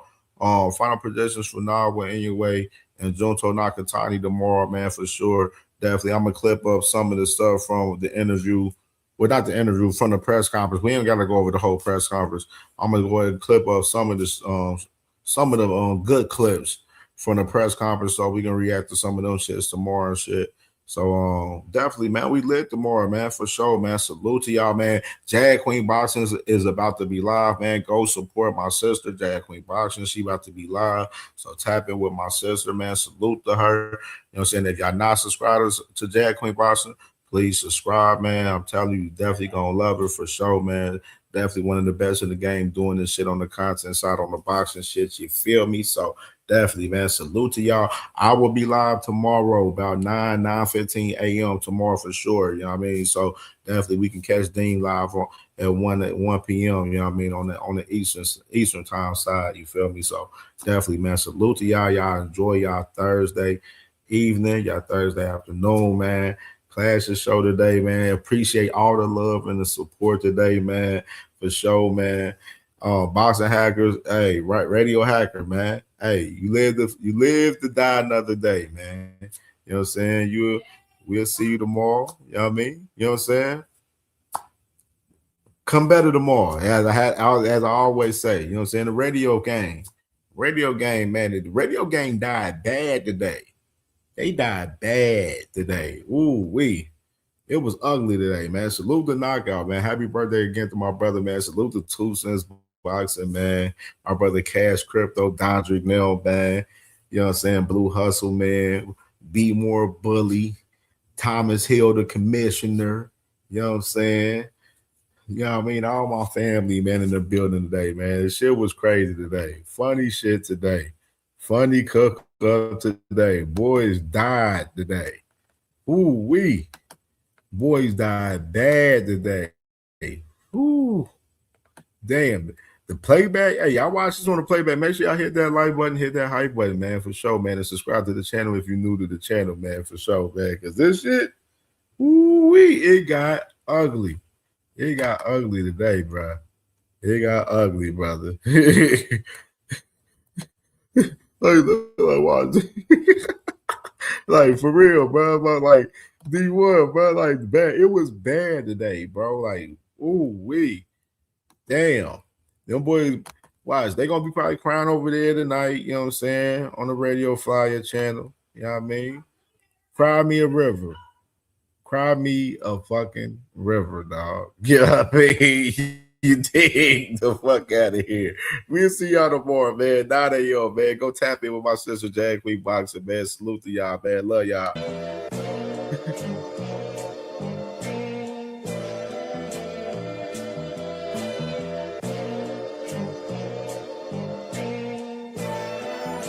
All my life I had to be patient. Like Meek Millie, I was dream chasing. Finger to the law when I see haters. Oh, the feeling when you tell your niggas we made it. Ooh, baby. Ooh, baby. Ooh, baby. Ooh, baby. It's showtime like Kareem Lakers. I make a masterpiece, scene basic. No Meek Millie, but I'm dream chasing. Took the shortcut like Anita Baker. I want the bright lights that you see in Vegas. I need a big house with like 3 basements. Drop an M on the whip, think I'm speed racing. Don't know if it's the Transformer or the Green Ranger. My nigga Mac got the beat banging. Young nigga selling crack as a teenager. Had fiends playing baseball out here free basing. Had me showing off the rings like a Freemason. My mama gone, but I keep pacing. Trying to keep it all together like I need braces. Family calling when they need favors. When I was broke, they was acting like complete strangers. All my life I had to be patient. Like Meek Millie, I was dream chasing. Finger to the law when I see haters. Oh, the feeling when you tell your niggas we made it.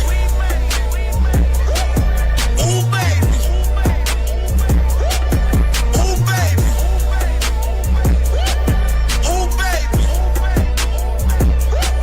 Ooh, baby. Rest in peace, the Nippy was the street savior. Got my credit right now, I need acres. Gotta turn your dirty money into clean paper. Trying to own a franchise without a key player. I go through hoes like I weave laces. Tree blazers, let they mama noodles be flavored. Meat takers that be acting like the sacred. You bust in, you would think they on their knees praying.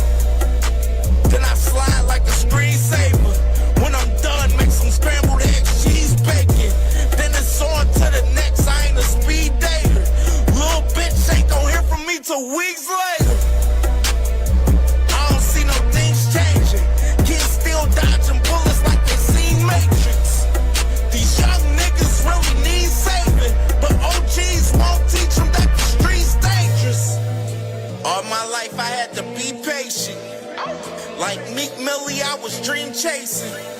Finger to the law when I see haters. Oh, the feeling when you tell your niggas we made it. Ooh, baby. Man, Shakur, why you telling people we gonna fight? Chill, you know I ain't trying to fight you, brother. I fooled the media to avoid Rolly, Ryan Croker, and now you want to call me out. How could you do this? Truthfully, since Tank has been out the game, nobody cares about me. I just wanted some attention. We left 135 because it was too hot. We were already ready to go to 40, and now you want to do the same thing at 47? This is Debo division, y'all dig? Take a chill pill, Bill. I don't want to fight anybody. If it was up to me, I would just make everyone my boxing brother to protect my O. I already called out everyone in my division, Rolly, Ryan, and Croker, but I just do that to stay relevant. I don't really want to fight them. That's why I was scared when I saw the media talk about us fighting. Guys, we don't have to do this. All I ever wanted was my son to be like Tank. I taught Dev to fool the media. Please don't fight my son. Let's team up against Tank Davis instead. Dev, please sign it. We can keep pretending we'll fight, but I want you to be my boxing brother. Do it, Dev. I don't want to see you fight Ryan or Raleigh. You'll get knocked the fuck out again. I couldn't sleep on 420. Haunts me. I can't imagine what that fuck Tank would do to you. Boy, they can't stop what's coming. Chill, bro. I thought we was brothers. Well, I'm gonna knock you out, brother. He going to sleep! Floyd, does he really punch that hard? Use your defense, champ. I don't know about this man. He is a hell of a fighter, but he is not money made. I can't see my little bro get hurt, man. We need to help him. We must protect his O. Let's jump Tank Davis. Man, after this fight, I'm leaving to an island and disappearing from everybody. He can have the spotlight once I knock his little eye out. Tank, all you gotta do is touch that chin. Easy work. Let's go, champ. Let's go, champ. Be ready. Make sure to wait for my cue. You know how I get. I'm touching that chinny chin chin. Now, let's jump Tank Davis.